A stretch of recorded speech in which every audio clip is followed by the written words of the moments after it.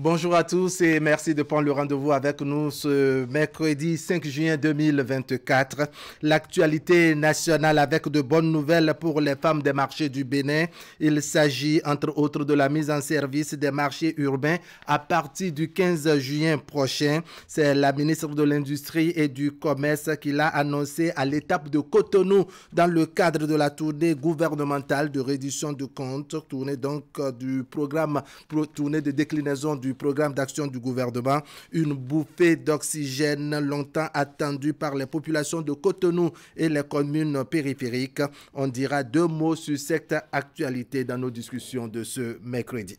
Et comme vous le savez, le périple des membres du gouvernement se poursuit sur l'ensemble du territoire national. Les émissaires du régime continuent leur opération de charme à la grande satisfaction des populations. Les réalisations du président Talon sont merveilleusement exposées et rappelées aux bénéficiaires à chaque destination. C'est visiblement la saison des bonnes nouvelles pour certains et de messages d'assurance pour d'autres. On recueille les avis des débatteurs. Juste après la page économique que nous propose ce mercredi Jacques Degbé depuis Parakou, lui qui s'interroge sur l'appétit de la Corée du Sud en direction du continent africain. Il nous dira pourquoi au téléphone. Restez donc avec nous. Actu Matin, c'est ici et maintenant. Bienvenue.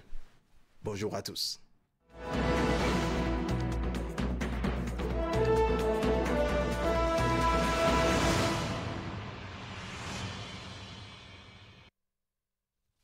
Allez, comme je l'ai annoncé, c'est la saison des bonnes nouvelles en ce qui concerne cette tournée de réduction de comptes, la tournée des membres du gouvernement à l'étape donc de Cotonou. La ministre de l'Industrie et du Commerce a fait savoir que les choses vont démarrer à partir du 15 juin prochain. En tout cas, les marchés urbains construits par le régime vont s'ouvrir à partir du 15 juin. C'est Fraternité qui l'annonce ce matin, mise en service des nouveaux marchés urbains et régionaux. 15 juin 2024, la date de l'enchantement. La priorité du gouvernement est que toutes les vendeuses y retrouvent leur place. Et puis, les frais d'occupation des places ne seront pas un frein pour l'activité économique, précise le journal. Et puis, bilan de l'opération militaire Mirador courant le mois de mai 2024, 70 terroristes neutralisés,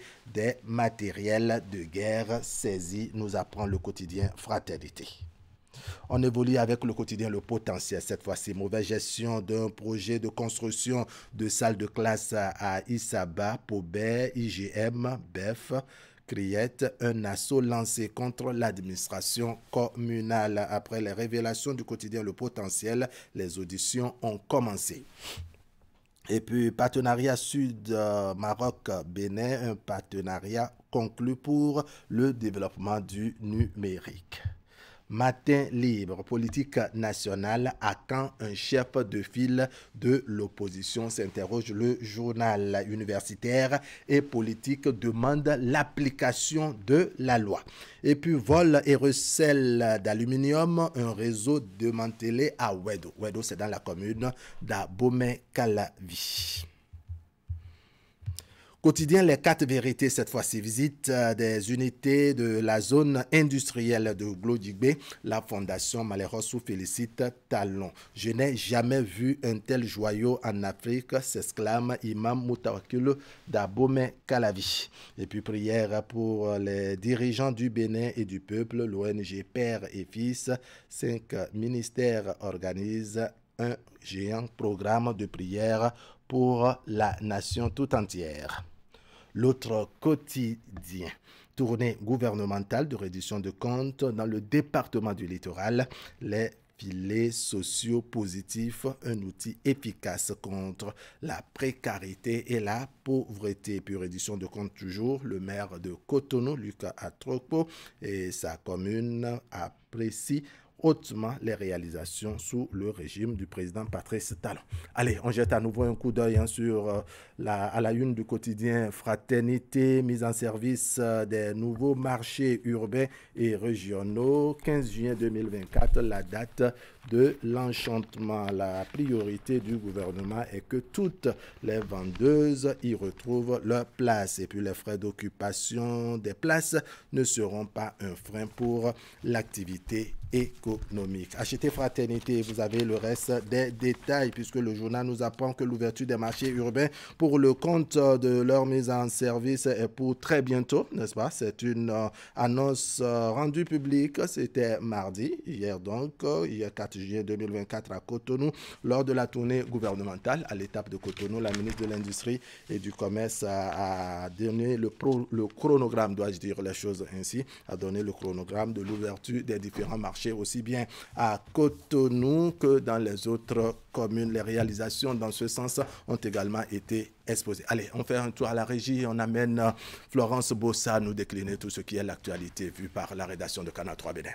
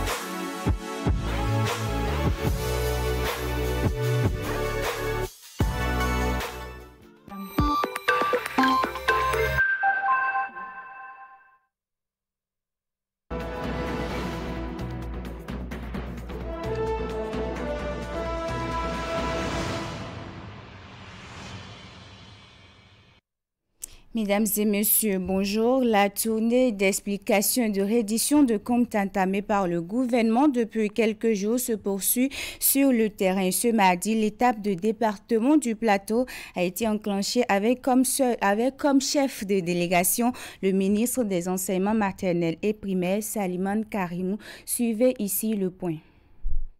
C'est à Pobé que la tournée gouvernementale d'explication et de reddition de comptes pour ce qui est du département du Plateau a été lancée par le ministre Salimane Karimou. L'exercice a consisté à apporter aux populations les vraies informations sur les efforts déployés par le gouvernement pour améliorer leurs conditions de vie. Ce qui m'a le plus marqué, c'est Pobé à Diawéré, à peine 7 km. On faisait près de 35 à 40 minutes avant d'atteindre Diawéré. Aujourd'hui, regardez l'état. C'est ceux qui ont les yeux encore en forme, qui ne veulent pas voir, qui ne voient pas. Regardez notre voie inter-État. Ça a évolué. Il n'y a pas cette commune du département où il n'a pas eu la touche de la rupture. Dans la marche du Bénin vers une autonomisation énergétique, la première centrale solaire photovoltaïque d'une capacité de production de 25 MW a été réalisée et mise en service en 2022 à Ilou-Lofi, ce qui permet d'alimenter un équivalent d'environ 440 000 foyers. On a vu les maternités qui sont transformées. Tous ceux qui sont ici peuvent dire déjà, dans tous les centres de santé de la commune de Pobé, on a rénové totalement les maternités. En langue nationale Nago, Le ministre Saliman Karimou va expliquer aux populations qu'à travers ses nombreuses réalisations en matière d'eau, d'assainissement, de routes, de santé, d'éducation et de sécurité, Patrice Talon a mis l'humain au cœur de sa politique. Ceux qui sont venus écouter sont conquis et à Joseph Diogbenou de les envoyer en mission. Pour celles et ceux parmi vous qui sont membres des partis de la majorité présidentielle, le message n'est pas pour vous. Le message est à transmettre. Le message que vient de nous donner le ministre, chef de délégation, est un message destiné aux citoyens ordinaires. Et nous devons faire notre ce message. Ne gardons pas ce message pour nous. Nous devrions être sur le terrain en permanence, être fiers de ce qui est fait, sentir ce qui n'est pas fait, parce que tout n'est pas fait. Assurer les uns et les autres que ce qui n'est pas encore fait sera fait. La tournée gouvernementale se poursuit dans le département du Plateau et la délégation conduite par le ministre Saliman Karimou sera prochainement dans les communes de Kétou, d'Ifanyi, de Sakété et d'Adjawéré. Et puis le certificat d'études primaires session de juin 2024 se déroule depuis ce lundi 3 juin 2024 sur l'ensemble du territoire national. Dans l'ensemble, tout se passe sans difficulté avec les candidats et le monde éducatif. Au nombre de 341 candidats qui composent au centre de l'EPP Ménotin dans le 9e arrondissement de Cotonou, Patrice Aïe a voulu bien raconter sa première journée à l'équipe de Canal 3 Bénin. Vous suivrez les détails dans nos prochaines éditions. Dans le département des Collines, c'est l'école primaire publique de Hundjenou qui a abrité le lancement officiel de la phase écrite du CEP. Le service a été assuré par le directeur départemental des enseignements maternels et primaires. Il avait à ses côtés bien d'autres cadres et représentants des associations des parents d'élèves. Reportage. L'examen a démarré ce lundi sur toute l'étendue du territoire national. La session 2024 du certificat d'études primaires CEP ouvre ainsi le bal des examens de fin d'année. Au total, 256 968 candidats sont attendus dans les 802 centres retenus à cet effet. Dans les collines, la composition a été lancée à l'école primaire publique Hundjenou dans la commune de Savalou. Étant chef d'arrondissement, c'est un sentiment de fierté pour moi.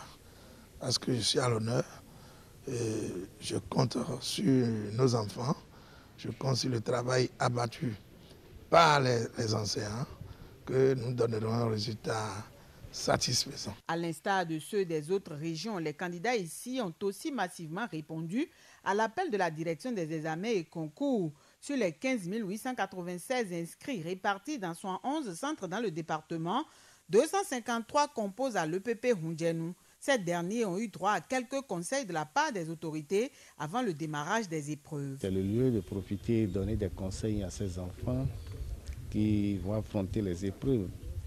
Il y en a, on a vu, qui s'inquiétaient, mais il n'est pas question de s'inquiéter.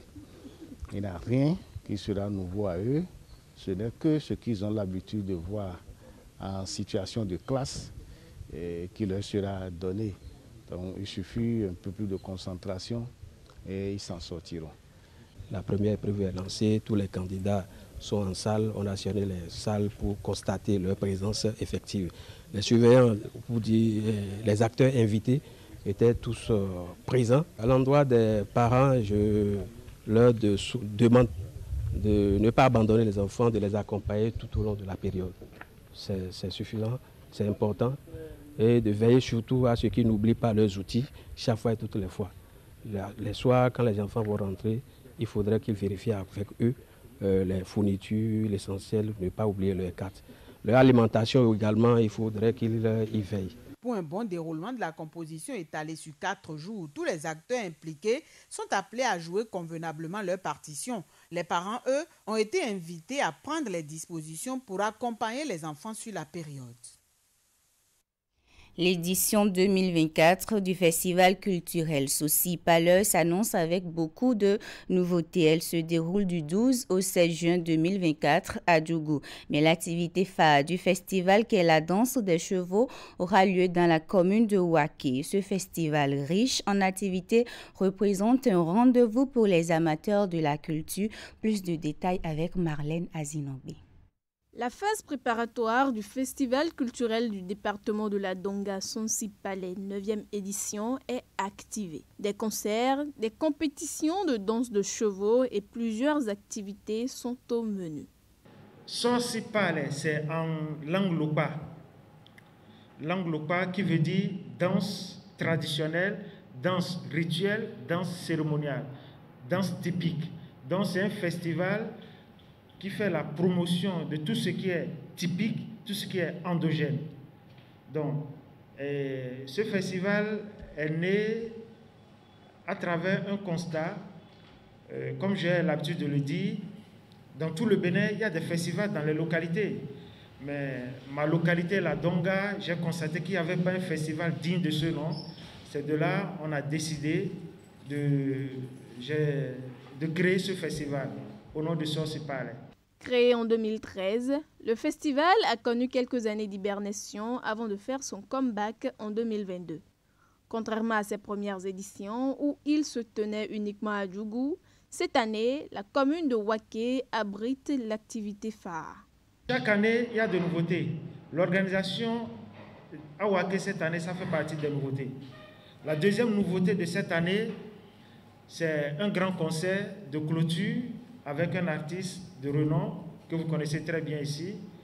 Sonsi Palais a pour partenaire officiel la Société industrielle d'acier du Bénin, Celtis et d'autres structures. Étant donné que notre entreprise n'est pas qu'une entreprise du sud, du centre, c'est également une entreprise qui interagit pour le compte de toutes les communautés, tous les habitants du Bénin, parce que nous avons à cœur de mettre à disposition des matériaux de construction dérivés d'acier à toute la population béninoise.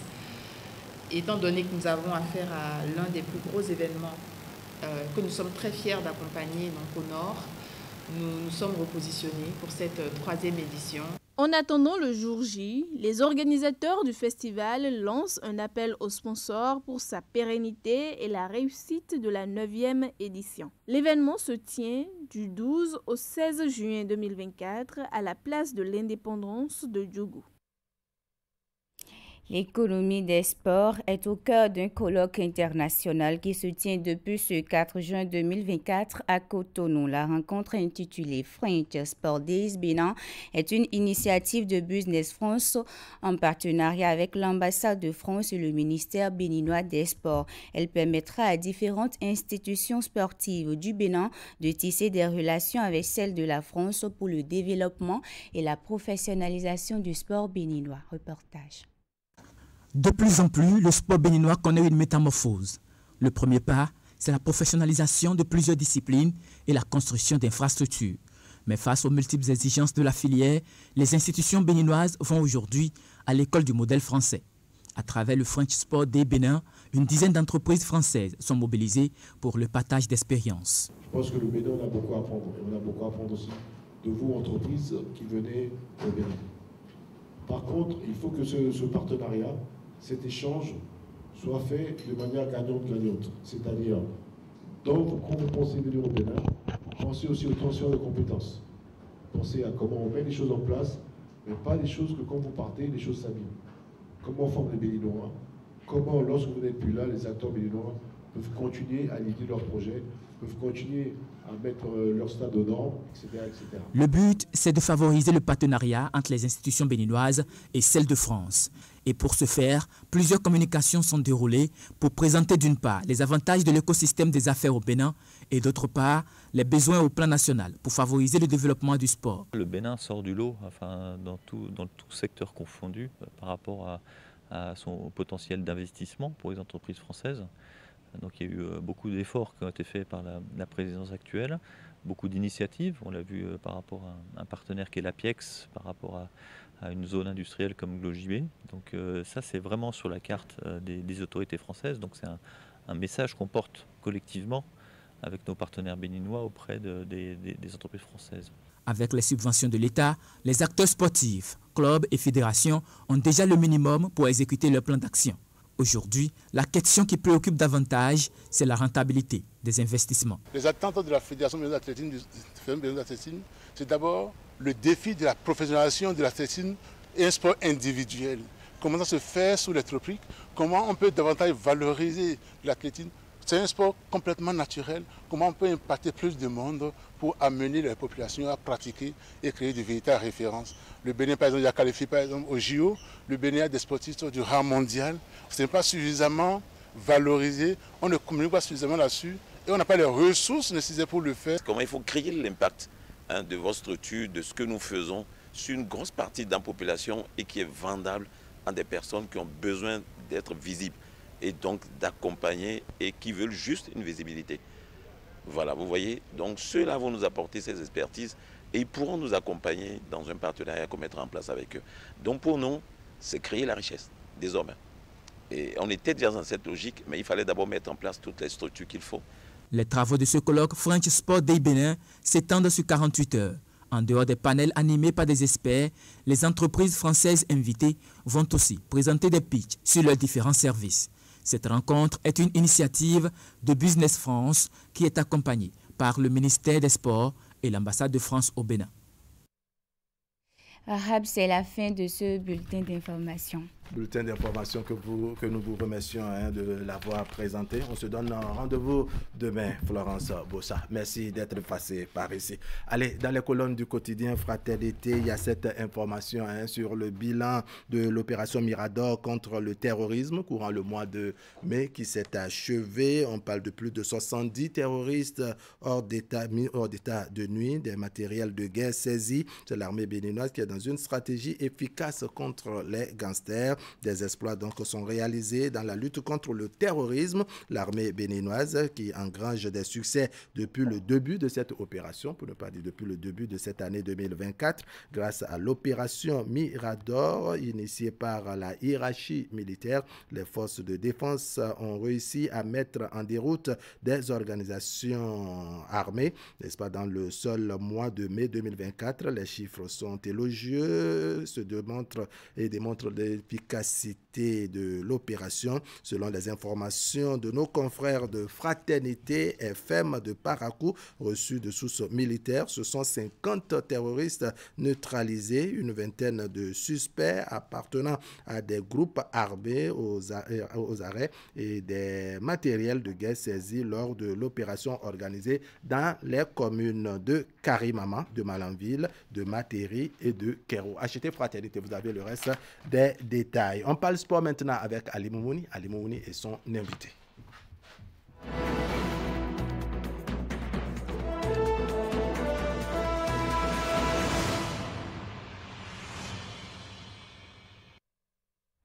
Ali Moumouni, bonjour.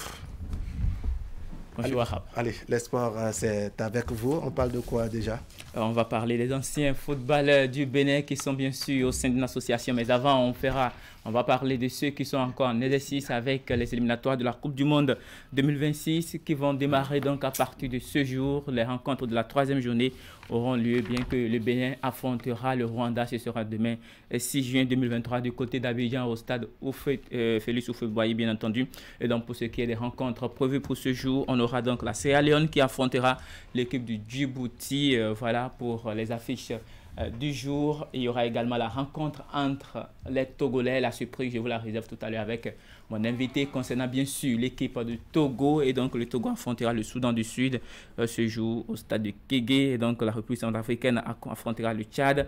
La Namibie aura pour adversaire le Libéria. Et pour finir, la Tunisie jouera à 19h face à l'équipe de la Guinée équatoriale, la Guinée équatoriale qui va évoluer bien sûr sans son attaquant Emilio Nsoué qui a terminé meilleur buteur de la Coupe d'Afrique des Nations en Côte d'Ivoire. Et le joueur a été sanctionné pour 6 mois et donc pour avoir disputé deux rencontres notamment alors qu'il était inéligible pour ces 2 explications.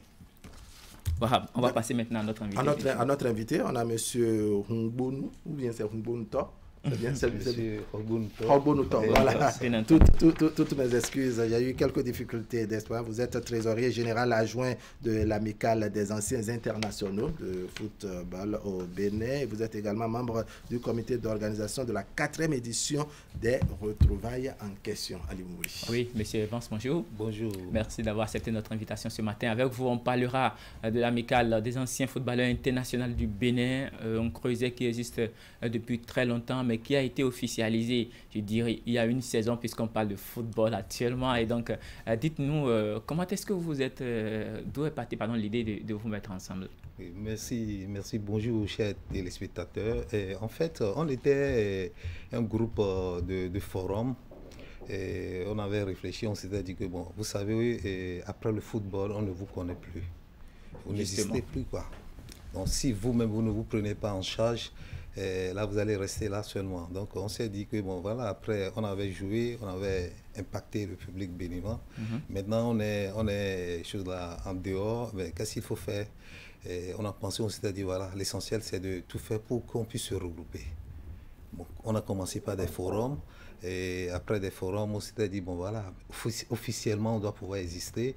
Et c'est ce qui nous a amené vraiment à une association. On s'est formalisé et aujourd'hui, on est une association et d'ailleurs, la seule qui existe au Bénin. Ah oui, la seule association, bien sûr, des anciens footballeurs internationaux des anciens footballeurs internationaux béninois. Et donc, dites-nous, voilà, au sein de l'association, quelles sont les activités que vous menez?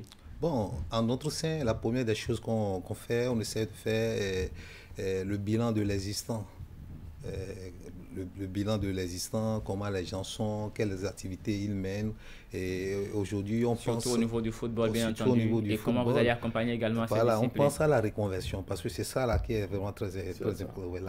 La reconversion des anciens joueurs. Et donc, on pense à ça. Et en ancien, on initie des formations. Il y a des choses, on aide les gens à faire des formations et on voit, bon, on essaie de s'assister et les gens qui ont de petits problèmes, on essaie de régler ça en notre sein sur des fonds propres. Oui, justement, parce que dans notre environnement, il n'y a pas cette culture par le passé. Quand on tient compte, bien sûr, de votre génération de footballeurs, il n'y a pas cette culture de penser déjà à la fin de la carrière.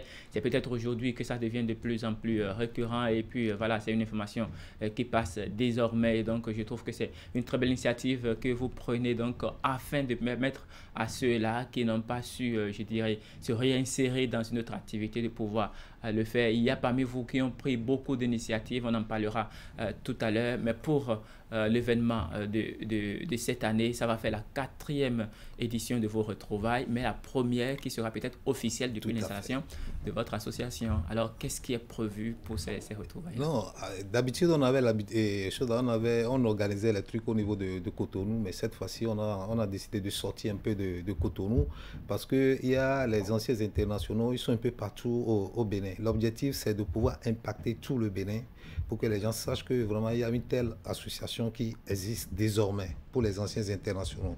Bon, pour cette fois-ci, on a choisi de faire les manifestations au niveau de Ouida, plus précisément dans le centre, plus précisément le centre de l'étalon au niveau de Gakpé. Oui, bien sûr. Gakpé. Parce que, en fait, on a analysé, c'est la pelouse qui nous a le plus intéressé.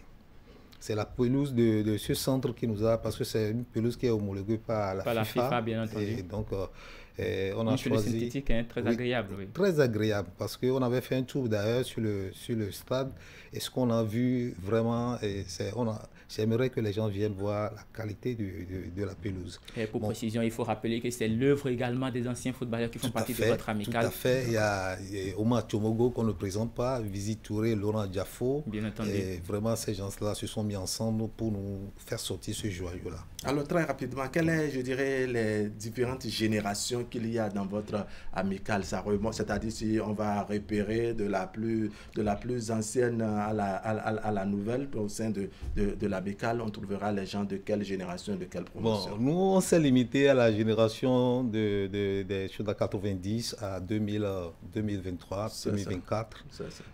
Parce qu'on s'était dit que, bon, avec la jeunesse, on peut impacter, on peut donner l'exemple. Donc c'était ça. Et toutefois, il y a que la porte est toujours ouverte pour les anciens qui espèrent bien entendu adhérer à l'amicale, puisqu'on parle de l'amicale des anciens footballeurs du Bénin qui œuvrent bien entendu pour l'épanouissement de la jeune génération, également pour le développement du football au Bénin, avec plusieurs initiatives qui sont prises. Chaque année, vous disputez une rencontre au cours de vos manifestations, de vos initiatives, de vos retrouvailles. Cette année, il y a également un match qui est prévu. Oui, cette année, l'exclusivité, c'était l'invitation. On a invité les anciens mondialistes togolais. Bien entendu. La génération de Adebayor. Et on les a invités, on va faire un match avec eux sur la même installation de Gapé, bien entendu. Oui, tout à fait.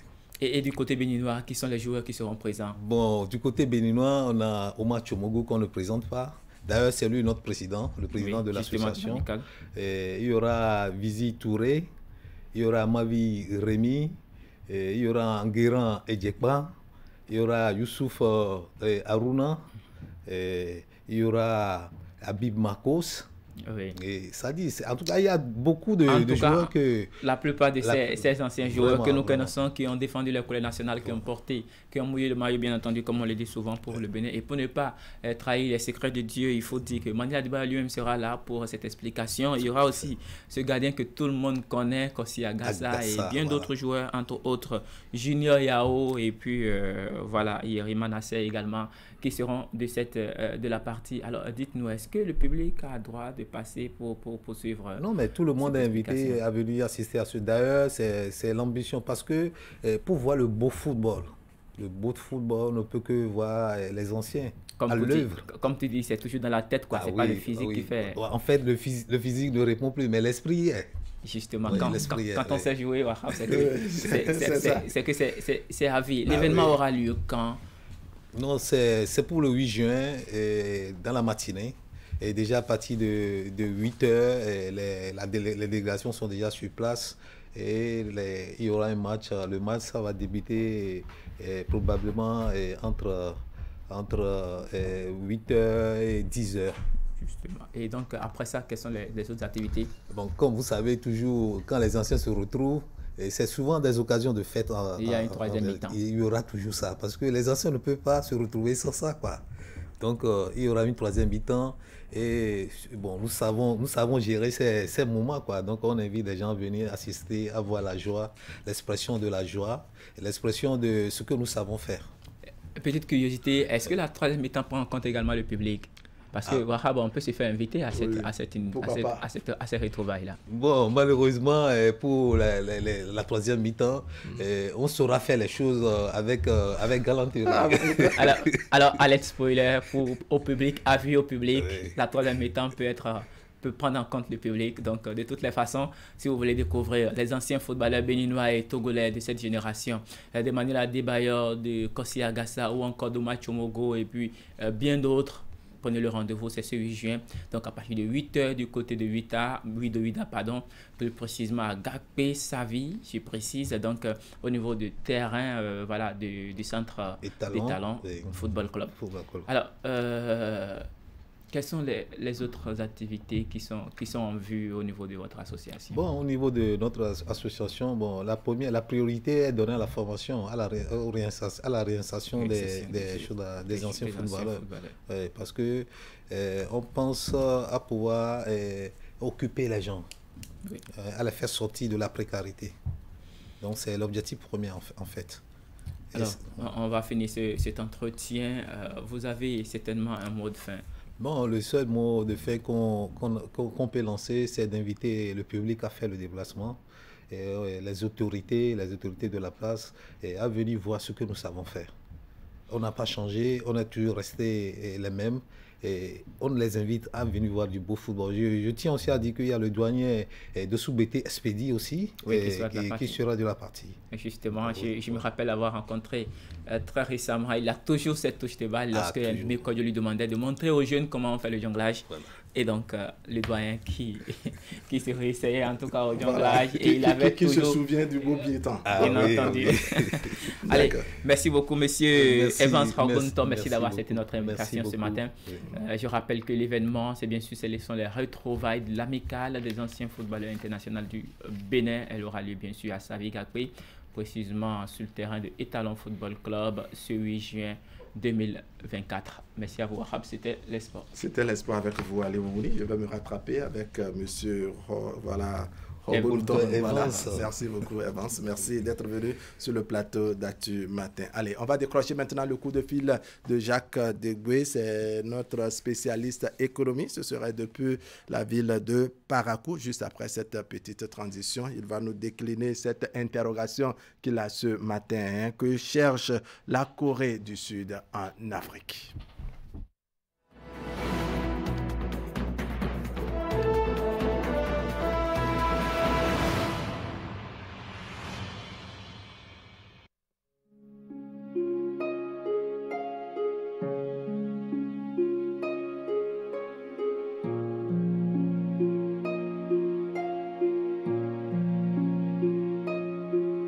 Vous avez le choix. On a tous toujours le choix. Le choix d'une vie de plaisir incontrôlée avec à la clé une famille nombreuse condamnée à la précarité. Ou le choix de construire un foyer heureux et équilibré avec le nombre d'enfants dont vous êtes en mesure de vous occuper convenablement. C'est ce deuxième choix que vous propose l'AFIA. L'AFIA, c'est une gamme complète et efficace de solutions pour planifier les naissances et mieux assurer l'épanouissement et l'avenir de votre famille. L'AFIA, le bonheur de votre famille.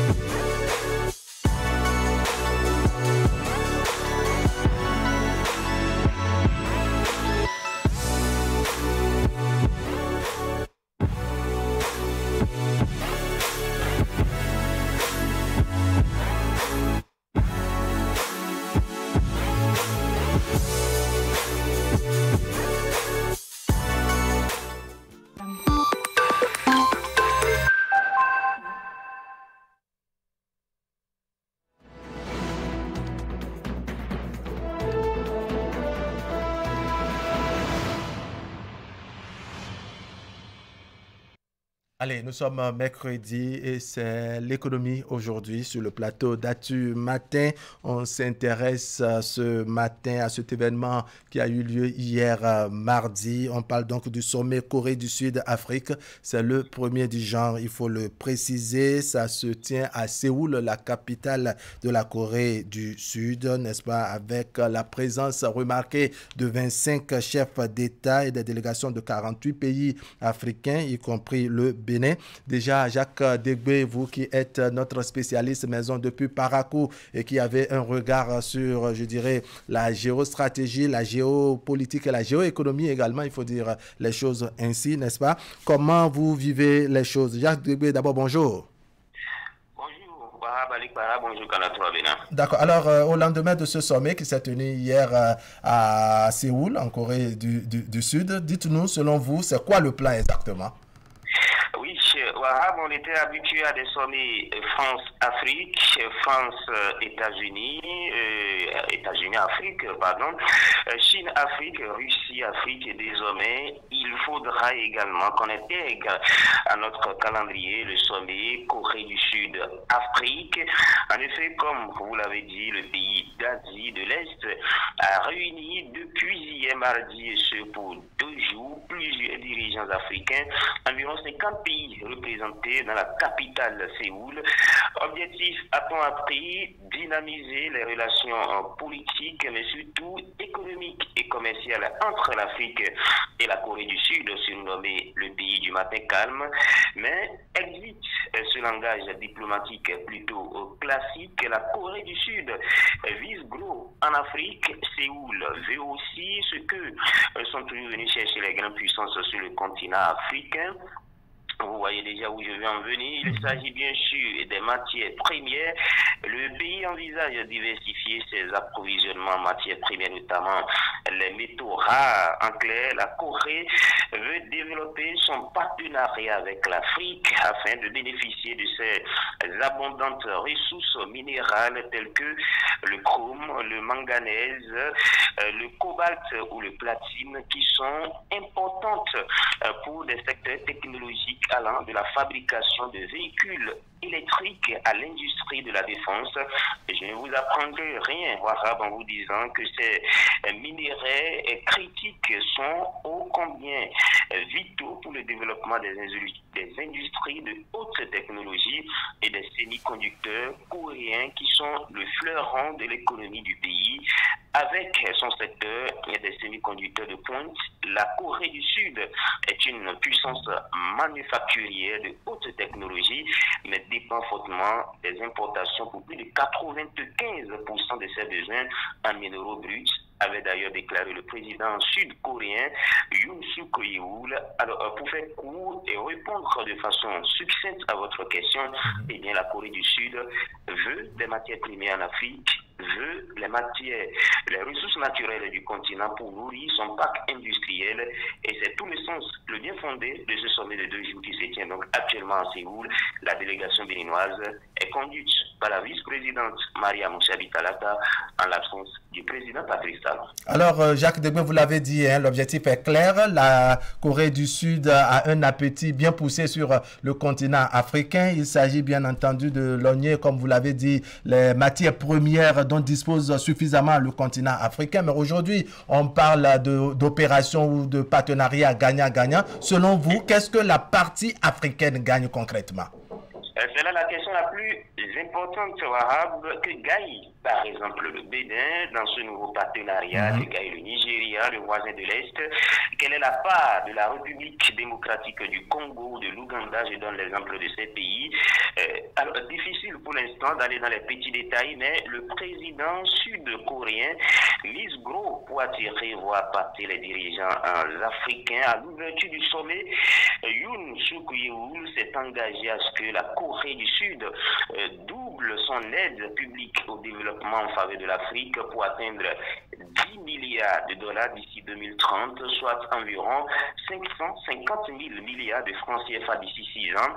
Il promet une coopération mutuellement bénéfique, autrement dit, un partenariat gagnant-gagnant, comme on le dit souvent, quant à l'exploitation de ces ressources naturelles africaines. L'Afrique, qui pèse 30% des ressources mondiales et des réserves mondiales de minéraux essentiels.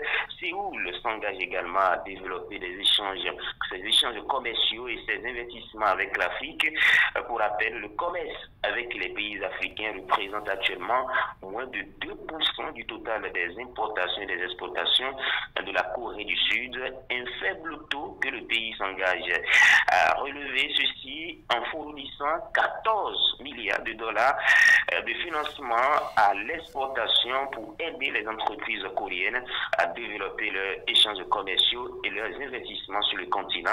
Nous contribuerons également activement aux efforts d'intégration économique régionale de l'Afrique par le biais de la zone de libre-échange continentale africaine, la ZLECAf en abrégé, et qui a été lancée en 2019, a ainsi déclaré le président Yoon. La Corée du Sud désire étendre sa coopération en matière d'infrastructure et d'énergie avec les pays africains, mais aussi contribuer à la lutte contre le réchauffement climatique. On parle de construction de routes, de chemins de fer, d'aéroports et de ports, des systèmes de villes intelligentes, y compris des transports intelligents. Le président Yoon s'est engagé à accélérer la conclusion d'accords sur de nombreux autres partenariats commerciaux. Bref, c'est une pléiade de promesses qui a été faite aux délégations africaines avec l'engagement de passer vite à l'action. Alors, Jacques Degué, on connaît un peu la nature des partenariats du passé. Hein. C'était d'abord la France, l'Union européenne dans une certaine mesure. Il y a eu les États-Unis, mais de plus en plus, il y a d'autres pays d'Asie, notamment la Russie et la Chine, n'est-ce pas, qui inondent, dois-je dire, le continent africain. Cette fois-ci, vient s'ajouter la Corée du Sud. Qu'est-ce qui, selon vous, n'est-ce pas, justifie, je dirais, cette convoitise du continent africain par le reste du monde? Oui, c'est un secret de polichinelle. L'Afrique est devenue aujourd'hui un terrain de compétition féroce entre les puissances étrangères, vous les avez citées, la France, les États-Unis, l'Union européenne, la Russie, qui intègre également ce cadre-là. On a la Chine et tout récemment donc la Corée du Sud qui logne les ressources, les matières premières africaines.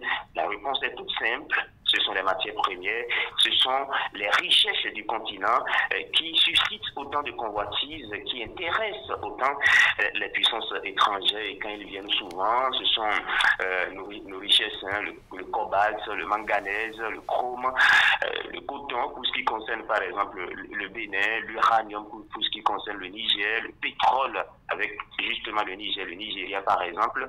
Donc les puissances étrangères, il faut le dire, ne sont pas là pour nos beaux yeux. Elles viennent chercher ces ressources-là pour nourrir leur industrie, pour nourrir leur parc industriel, pour développer leur économie, pour créer des emplois au niveau de leur pays. Et ça, nous, Africains, nous devons le comprendre.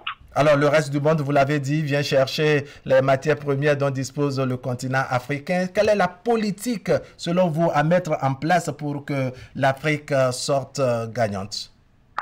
Tout à l'heure, je vous ai exposé les promesses faites par la Corée du Sud, par exemple, hein, aux délégations africaines qui sont actuellement à Séoul, mais nulle part, en tout cas, sauf erreur de ma part, je n'ai lu, par exemple, des programmes pour la formation des étudiants africains, par exemple, dans ce domaine-là, dans la fabrication des véhicules électriques, dans la fabrication des téléphones portables, des ordinateurs, dans la défense et tout ça.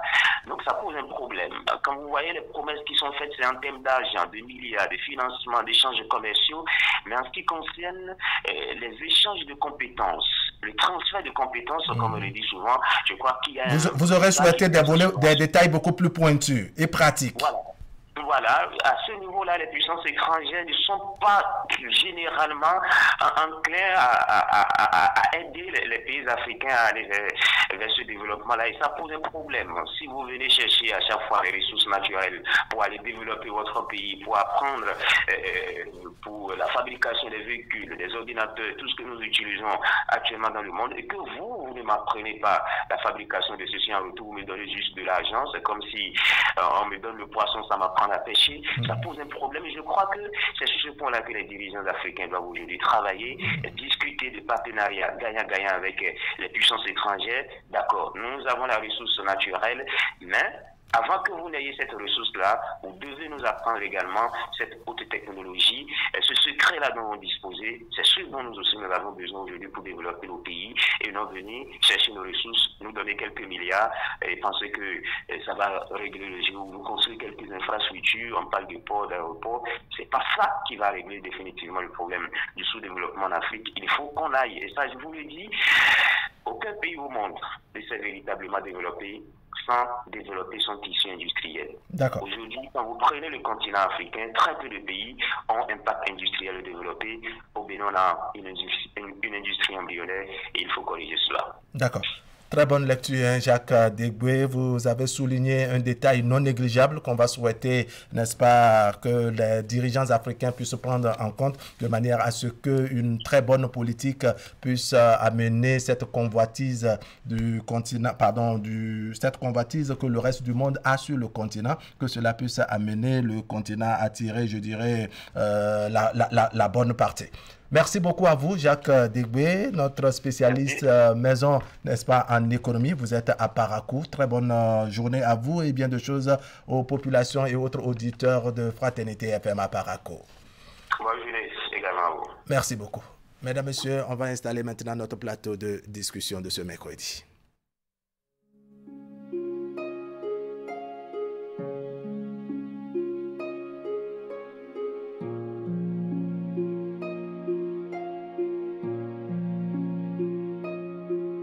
vous avez le choix. On a tous toujours le choix. Le choix d'une vie de plaisir incontrôlée avec à la clé une famille nombreuse condamnée à la précarité. Ou le choix de construire un foyer heureux et équilibré avec le nombre d'enfants dont vous êtes en mesure de vous occuper convenablement. C'est ce deuxième choix que vous propose l'AFIA. L'AFIA, c'est une gamme complète et efficace de solutions pour planifier les naissances et mieux assurer l'épanouissement et l'avenir de votre famille. L'AFIA, le bonheur de votre famille.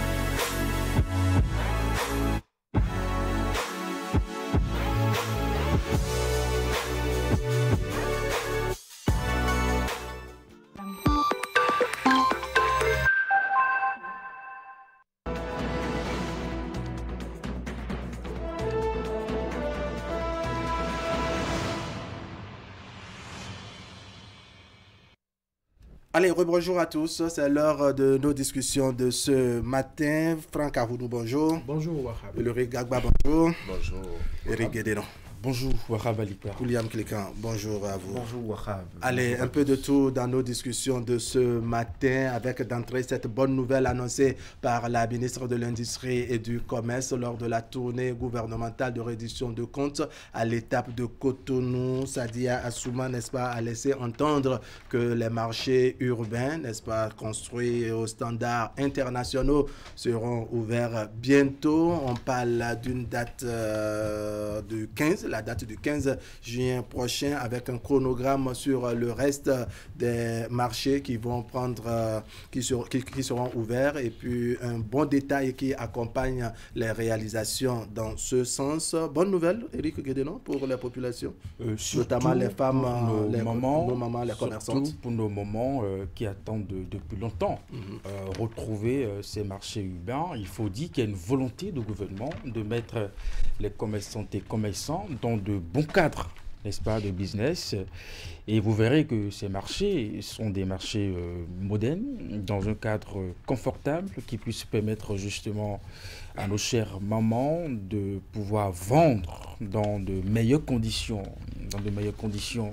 Je ne me rappelle plus combien de reportages nous avons réalisés pour dénoncer les conditions de vente dans les marchés, que ce soit à Bégamé, à Kadiéoum, un peu partout.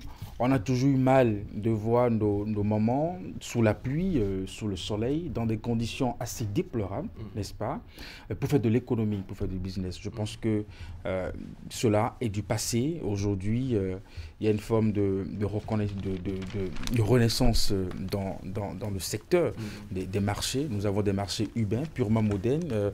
Moi, j'ai fait un tour dans la réalisation d'une enquête à l'intérieur. Vous verrez qu'il y a beaucoup d'espace, n'est-ce pas, qui puisse permettre justement aux occupants et occupantes de pouvoir faire véritablement leur commerce sans difficulté. Et vous savez qu'on a mis un peu d'ordre. Il y a comment on dit, on a recensé justement toutes les personnes qui doivent se trouver une place dans ces marchés. Donc on n'aura pas justement à se heurter sur des questions de dysfonctionnement pour l'attribution des places. C'est déjà une question qui est donc réglée. Donc je pense que dès l'ouverture de ces marchés, nos mamans pourront retrouver aisément leur place et pourront dire bien entendu adieu à ces moments assez difficiles où il fallait vendre, n'est-ce pas, sous la pluie, sous le soleil. D'accord. Oui, c'est une bonne nouvelle en ce sens qu'ils vous souviennent qu'on avait des marchés assez insalubres, des marchés dans lesquels les conditions de vente et d'achat sont assez précaires et insalubre à la limite. Et quand vous faites attention un peu, vous dites qu'est-ce qui se passe réellement, parce que ailleurs, à côté déjà, vous avez d'autres pays dans lesquels, quand vous allez dans ces marchés, vous vous sentez tellement bien avec un cadre assez approprié. Un peu comme si vous n'avez plus envie de vous retirer. Plus ou moins. Donc aujourd'hui, avec ces marchés qui sont construits, c'est vrai que les gens attendaient ces marchés depuis très longtemps. Nous avons effectivement, Eric l'a souligné, nous avons fait beaucoup de reportages sur ces marchés. Il y a eu aussi des cas d'incendie que nous avons déplorés dans plusieurs marchés. Et c'est parce que justement, il y a des hangars qui s'entremêlent avec les fils électriques, tout et tout. Donc quand le feu prend, c'est que ça embrase tout. Nous avons vu plusieurs fois le marché d'Antokwa prendre feu et d'autres marchés également prendre feu. Donc aujourd'hui, avec ce type de marché moderne qui offre des conditions assez confortables aux dames, afin qu'elles puissent vendre dans des conditions assez acceptables, et aussi que les acheteurs, ceux-là qui sont les clients, les clientes qui viennent dans ce marché, se sentent à l'aise pour pouvoir faire leurs achats sans pouvoir se dire non, je me sens dans un endroit insalubre, je me sens dans un endroit pas trop sécurisant pour ma vie. Donc l'aspect qui moi m'intéresse le plus aujourd'hui, c'est que c'est vrai, les marchés sont construits, il faut maintenant faire en sorte que après ce recensement que nous avons vu, que vraiment ceux qui méritent leur place aient leur place. Et il faut que les autorités veillent véritablement à ce que effectivement les gens recensés trouvent leur place. Et que l'autre chose aussi, qu'on entretienne ces marchés. Parce que c'est construit à coups de milliards.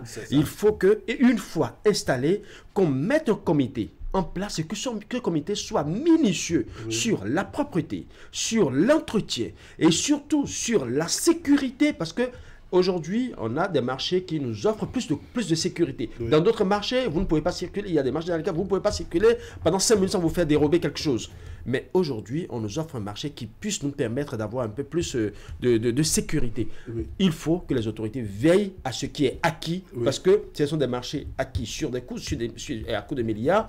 Il faut que ça dure dans le temps. Il ne faut pas que ce soit à peine 2 ans, 3 ans, 5 ans, et qu'on se retrouve que le civisme prenne le pas. Il faut véritablement entretenir. C'est ça le plus important. D'accord. Alors, William Clécan, finalement, on a une date pour l'ouverture des marchés modernes construits par le gouvernement Talon.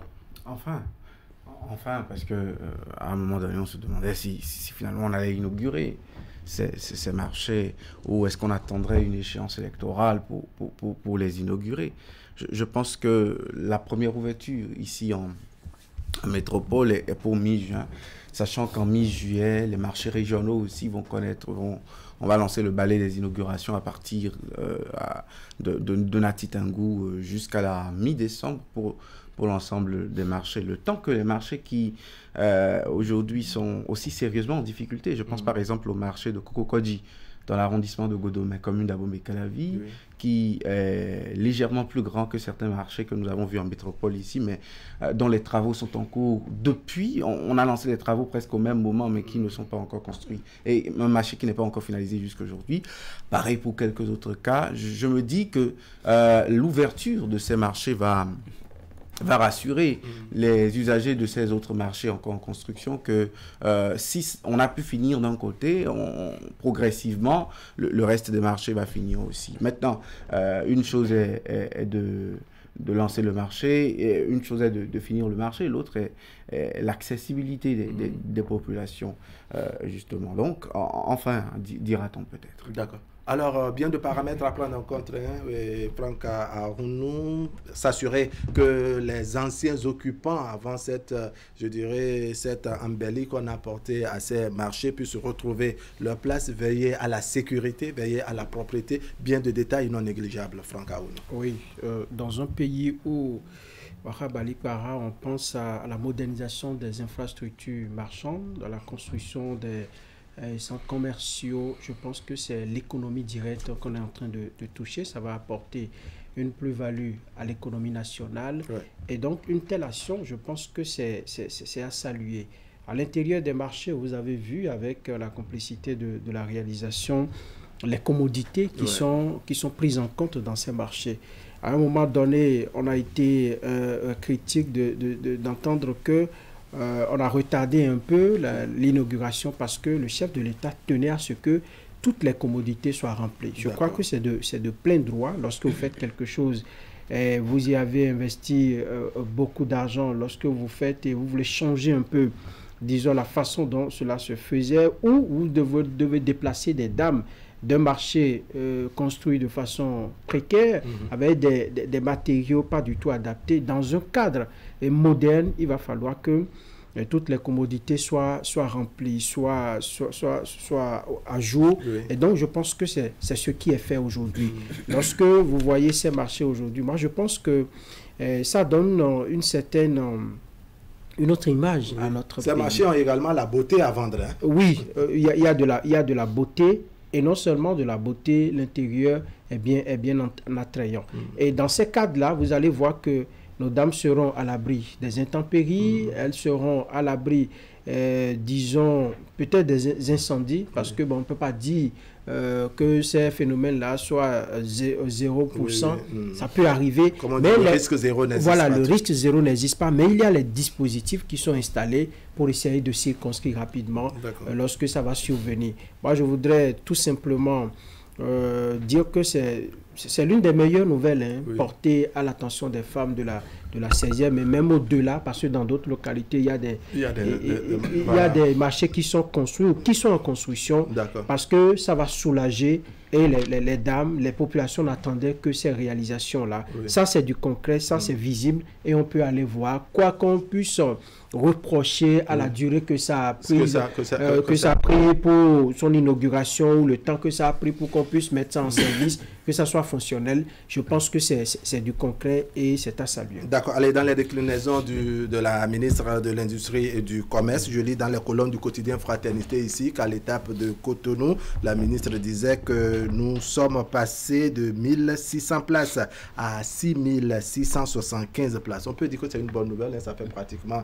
3 à 4 fois ce qui était prévu. Et puis on poursuit, on dit que dès 2025, nous allons ouvrir notre pôle commercial, Général Mathieu Kérékou, n'est-ce pas, où nous allons accueillir les produits nobles issus du grain, issus du grain d'Antokpa, notamment des tissus, les bijoux et les produits cosmétiques. Ce sont les précisions donc de la ministre Sadia Assouma à l'étape de Cotonou. Oui, Éric Guédénon. Il y a qu'il y aura un grand changement. Vous verrez que dans ce qui a été décidé, on a essayé comment on dit, d'étendre un peu les marchés urbains un peu partout dans les arrondissements. Oui. Aussi, on a fait l'option aussi, et ce qui est en construction actuellement au stade, qui est donc le mall, le grand centre commercial. Vous avez encore d'autres à Bomé-Calavi qui ont aussi un grand marché.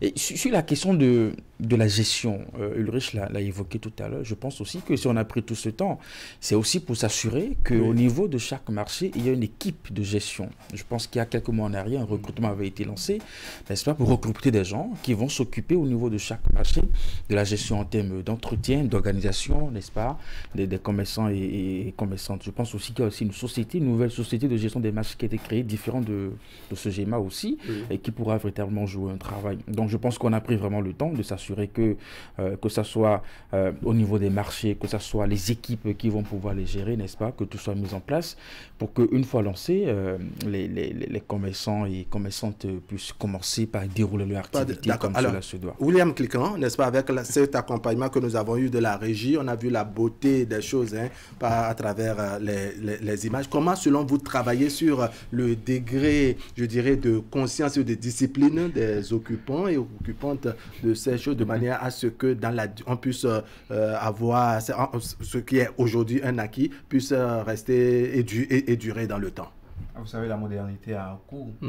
Et quand on change de standing, il y a qu'on doit changer également les habitudes, de sorte à être en phase avec le nouveau rang social pour mais on peut se dire que ce ne serait pas un exercice facile pour les bonnes dames qui majoritairement sont des analphabètes, comme on dit. Oui, elles ne sont pas si impropres que ça, mais les anciennes conditions leur ont appris, à leur dépens peut-être, à mal gérer les déchets dans les marchés, ainsi de suite. Si tant est que la vendeuse de poissons fumés, la vendeuse de crin-crin, la petite revendeuse du marché marchés a accès à ces marchés, il sera question maintenant de peut-être d'éduquer ces femmes, de les sensibiliser et surtout, je pense que la SGDS pourrait être mise à contribution de sorte à aider pour la gestion des déchets produits dans ces marchés-là. Parce que je crois que l'insalubrité et la dégradation d'une infrastructure, ça part de là, pour moi, la gestion des déchets ensuite. Maintenant, l'utilisation judicieuse et rationnelle. Ce n'est pas parce que c'est le bien public qu'il faut jeter les eaux usées où on le veut, encore que là aussi, je parle de déchets. Je pense que les gens, les femmes des marchés, elles sont même enclines à aller dans le progrès, et dans le progrès, peut-être c'est le moment pour elles d'apprendre à vivre selon des normes. On voit ça ailleurs et je pense que c'est ce qui arrive désormais au Bénin. D'accord. Alors, Dantokpa va déménager. Ce sont les propos de la ministre de l'Industrie et du Commerce. Dantokpa va déménager à Kassato pour le plus grand marché régional, le premier marché aux standards internationaux, au plus tard le 31 décembre. Voilà. On a pris des dates précises cette fois-ci. Au 31 décembre, tous les marchés seront ouverts, à commencer par celui de Natitengu qui occupe 5000 places, a fait savoir la ministre du Commerce, Assouma Sadia, n'est-ce pas? Est-ce que vous pensez, n'est-ce pas, qu'on peut vraiment compter sur, je dirais, les populations à tenir, puisqu'on a écouté William Clécan tout à l'heure, les populations seront à même vraiment de respecter, je dirais, les questions d'hygiène et autres, puisque les habitudes doivent changer une fois que les standards ont changé. Oui. Tout à l'heure, vous avez dit que les populations, pour la plupart, sont analphabètes. Être analphabète n'a rien à voir avec la propriété. Oui, ça n'a rien à voir avec être bête. Non plus, voilà. Justement, donc, le plus important déjà, le cadre impose un certain rythme. Vous imaginez ces mêmes femmes-là, de temps en temps, elles vont dans des supermarchés. Mais pas pour autant, elles ne jettent pas des papiers torchons, de petits trucs, des eaux par-ci, par-droite, tout simplement parce que le cadre l'impose. Le cadre impose un certain respect. Donc, avec ces nouveaux marchés qui sont construits, le cadre impose un autre type de conditions de vie ou de savoir-faire.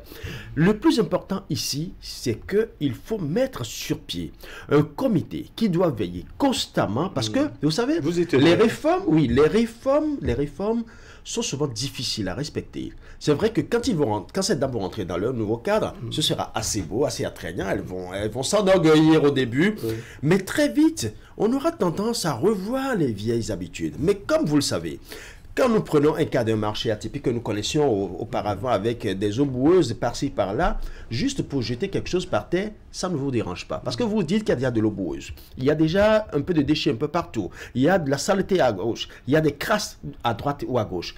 Mais quand vous être dans un cadre qui est assez propre et qui impose la propreté, vous-même, vous êtes tellement mal à l'aise pour mettre à mal cet endroit-là. Parce que vous vous dites, cet endroit ne mérite pas ceci. Donc je vous dis, le cadre impose le respect qu'il faut. Donc déjà, ces dames, en intégrant ces milieux, savent en elles-mêmes déjà qu'elles doivent respecter des consignes données. Et l'autre chose, il faut que dans le système d'installation, il faut qu'on leur réexplique les conditions dans lesquelles il faut exploiter ces cadres-là. Parce que l'inspection, je reviens sur l'inspection, le comité d'inspection doit être inopiné. Parce qu'il ne faut pas dire, nous venons tel jour. Quand vous dites, vous venez tel jour, peut-être lundi, mardi, on n'a pas balayé. Et si c'est le mercredi, vous voulez passer, le mercredi, on va s'empresser de balayer très tôt pour que le comité d'inspection ne voit qu'un cadre propre. Mais moi, client qui suis venu le lundi, j'ai vu un cadre mal propre, un cadre qui n'a pas été balayé, un cadre qui n'a pas été nettoyé. Alors que si le comité vient faire souvent des descentes inopinées, avec si possible des amendes, des amendes pour ces dames-là, là on constatera que chaque femme, chaque personne, chaque vendeur ou vendeuse va se dire, ce cadre est le mien, je m'approprie sa propriété. Vous invitez à ce que chacun joue son rôle de manière à ce que, n'est-ce pas, la propriété... C'est doit être concerté, c'est concerté. Autant les autorités vont faire le travail, autant les clientes autant les vendeuses et vendeurs doivent jouer aussi le travail. Allez, ça va être un très gros gros défi. Oui, vous savez, un très gros défi pour les deux camps, aussi bien pour les vendeurs. Mais pas irréalisable. Oui. Parce que, vous savez, les nouvelles routes asphaltées n'ont pas changé pour autant. Ce vilain comportement des Cotonois est venu un peu partout. Peut-être qu'il faut mettre de la rigueur.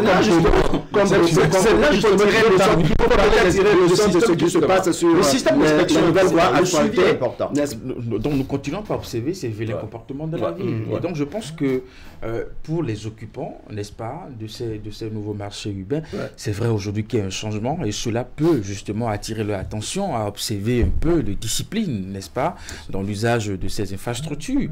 Maintenant, c'est pour ça qu'il y a des équipes de gestion au niveau de chaque marché pour veiller à ce que, c'est vrai, on vient faire du business, mais en même temps, c'est de l'argent qu'on a mis pour construire ces marchés. Il ne faut pas non plus vandaliser les infrastructures, il ne faut pas jeter des ordures n'importe où. Je pense aussi qu'en matière de gestion d'ordures, depuis quelques années, nous commençons pas à avoir de bonnes notes. Nous avons une société qui veille au grain à ce que nos villes soient propres et qui sans doute sera mise à contribution pour la gestion des déchets au niveau de ces marchés urbains. D'accord. Alors Franck Arouno, tout à l'heure vous disiez que Talon est dans le concret puisque nous avons désormais les précisions sur les dates, je dirais, d'ouverture, de mise en service de ces différents marchés. Mais pour que ce concret puisse se poursuivre, il faut également travailler sur un certain nombre de paramètres, notamment faire tout pour que toutes les femmes qui étaient les occupantes de ces marchés, n'est-ce pas, puissent retrouver leur place. Il faut une meilleure politique pour que à la fin, on n'ait plus des plaintes de ces femmes qui étaient, je dirais, les anciennes des marchés, qui estiment qu'une fois que c'est revenu aux standards internationaux, qu'elles n'ont plus droit de citer, elles n'ont plus droit à leur place. Alors, vous savez, vous avez beau garantir les conditions idéales pour ces femmes-là. Il y en aura parmi dans le lot qui voudront rester à l'extérieur, porter leur bagage sur la tête et les vendre, disons à la criée ou à la sauvette. Et donc ces femmes-là reviendront vous dire la manipulation aidant, nous sommes au Bénin, on sait qu'on n'a pas eu assez de place. Il faut noter ça quelque part. Vous allez entendre dans l'opinion, on va manipuler certaines personnes pour dire les places que nous avons là-bas, c'est pas bon, il fait ci, il fait ça, alors que c'est de l'argent qui a été investi. Moi, je pense que c'est une révolution par rapport à ces marchés, parce que dans une ville comme Cotonou, dans des arrondissements où on a asphalté des routes, où on a construit de nouvelles infrastructures, qu'on laisse encore, par exemple, le marché de Ménotin végéter, la ruelle qui passe entre le marché et puis les concessions d'à côté. Mais lorsqu'il pleut, vous entrez dans ces ruelles-là, c'est la bérésina, c'est pas possible. Et donc, celui qui a eu l'idée de construire des marchés du genre, c'est pour nous sortir, en fait, de ces conditions. Je parie que lorsqu'on va reloger les femmes dans ce marché de Ménotin, pour cet exemple que je prends, Ménotin va retrouver encore une certaine aération. Parce que le marché, là où ça se trouve actuellement, ça n'offre aucune sécurité aux populations. C'est les déchets du marché ajoutés aux déchets que produisent les populations chaque jour qui rythment la vie des populations. Et là, vous allez dépenser votre peu d'argent que vous avez, l'économie que vous faites là, à l'hôpital, ça ne vous fait pas du bien. En ce qui concerne la propreté, je pense qu'il faut accompagner les mamans. Ce sont nos mamans, elles ont des habitudes, on ne doit pas les bousculer outre mesure. Il faut les accompagner. C'est là le rôle, comme le soulignait Eric tout à l'heure, le rôle des équipes de gestion de ces marchés-là. Il faut leur apprendre, les éduquer. Parce que je sais qu'il y a souvent un système de communication à l'interne des marchés. Il y a les femmes des marchés, les présidentes des femmes des marchés également. Dès qu'elles entrent, leur dit, lorsque vous finissez la journée, ce n'est pas parce que vous avez payé le droit de place qu'il vous revient de faire tout ce que vous voulez. Si vous avez des vendeuses ou bien celles qui vous accompagnent pour vendre vos articles, vous leur dites attention, il y a des mesures à prendre. Il faudrait pas que rappeler les droits et rappeler les enfants défèquent partout, les eaux usées, qu'on les jette partout. Il y a une certaine canalisation prévue pour ça. Il faudrait faire respecter. Donc, il faut accompagner nos mamans, les sensibiliser. Je pense qu'à une semaine ou à 2 semaines de l'ouverture, à une semaine, à quelques jours, il faut les faire promener dedans pour leur montrer ce qu'il faut faire. Lorsque vous voulez aller, par exemple, à la chiotte, là où il faut y aller, lorsque vous voulez jeter de l'eau usée, comment il faut faire, les emballages dans lesquels il faut mettre les articles qui sont pourris, et ainsi de suite, les légumes et tout ça. Je crois que tout ça est prévu et il faut accompagner nos mamans. Sinon, très tôt, on sera déçus. Et les milliards qui ont été engloutis là, on va les regretter. À l'annonce de l'inauguration, j'ai lu quelques commentaires sur comment on dit, un conflit annoncé sur l'attribution des places, comme querelle. Je pense aussi que là, le gouvernement a anticipé, parce qu'on m'a donné un exemple, enfin je le donne comme ça, si initialement on avait recensé 500 personnes pour un marché, on a fait en sorte que les places disponibles soient à 1500, de sorte qu'il y a un surplus, ce qui sous-entend que les anciens ne devraient pas se poser. Voilà, donc ce problème ne devrait pas se poser, et même si après l'ouverture de ces marchés, d'autres personnes manifestent le désir, le besoin d'avoir accès à ces marchés, on pourrait toutefois aussi les ajouter à la liste. D'accord. Alors, on va évoluer avec un autre panel, puisque la tournée gouvernementale aussi ça évolue. sont de bonnes informations. Voilà, la tournée gouvernementale évolue également, n'est-ce pas? Et de bonnes nouvelles s'enchaînent de part et d'autre. L'Urgaba, peut-on dire que c'était une tournée ou bien un exercice que les populations attendaient vraiment? Ben évidemment, je l'ai dit ici tantôt, il y a quelques jours, je l'ai dit que les populations ont soif d'information. Vous savez, quand des décisions sont prises, des mesures sont prises, il faut les expliquer aux populations. Expliquer les tenants et les aboutissants de ces décisions, de ces réformes. C'est important. Pendant 8 ans, si vous n'expliquez pas ce que vous faites, ce serait difficile aux populations de comprendre. Et vous savez, comme je l'ai dit aussi, quand vous laissez de la place et que d'autres l'occupent, il peut y avoir de la désinformation. Il peut y avoir aussi de la malinformation ou de la mésinformation. Donc, quand ces trois s'allient sur le terrain, pendant que vous libérez, c'est pas bon. Donc, une fois que le gouvernement va sur le terrain, vous savez, c'est des techniciens. Chacun d'eux occupe un poste bien stratégique. Celui qui s'occupe de la santé parle de santé. Celui qui fait qui est chargé des infrastructures routières parle des infrastructures routières. Celui qui est chargé de la sécurité parle de la sécurité. Donc chacun d'eux a eu à maîtriser son domaine d'intervention et peut le dire avec précision. Parce que pour peu que, par exemple, on me parle, moi qui suis spécialiste de la sécurité routière, pour peu qu'on me dise qu'il y a eu asphaltage et qu'on me dit que dans le même temps, on a choisi qu'il faut mettre des endroits où il faut des rues qu'il faut asphalter ou d'autres qu'il ne faut pas asphalter. Il faut que le gouvernement vienne m'expliquer comment ça a été choisi, pourquoi telle rue a été asphaltée et pourquoi pas jusqu'à présent telle autre rue n'a pas été asphaltée. Il y a certains par exemple qui ont été prévus dans la deuxième phase. Mais parce que l'information n'avait pas bien circulé, ils se sont dit on nous a abandonnés. Aujourd'hui, quand on a annoncé la deuxième phase, certaines localités ont applaudi. Vous l'avez suivi. Parce qu'elles se sentent prises en compte. C'est l'importance de la communication. Il faut toujours communiquer pour expliquer ce qu'il faut. Je prends toujours, parce que c'est mon domaine, je prends toujours la sécurité routière.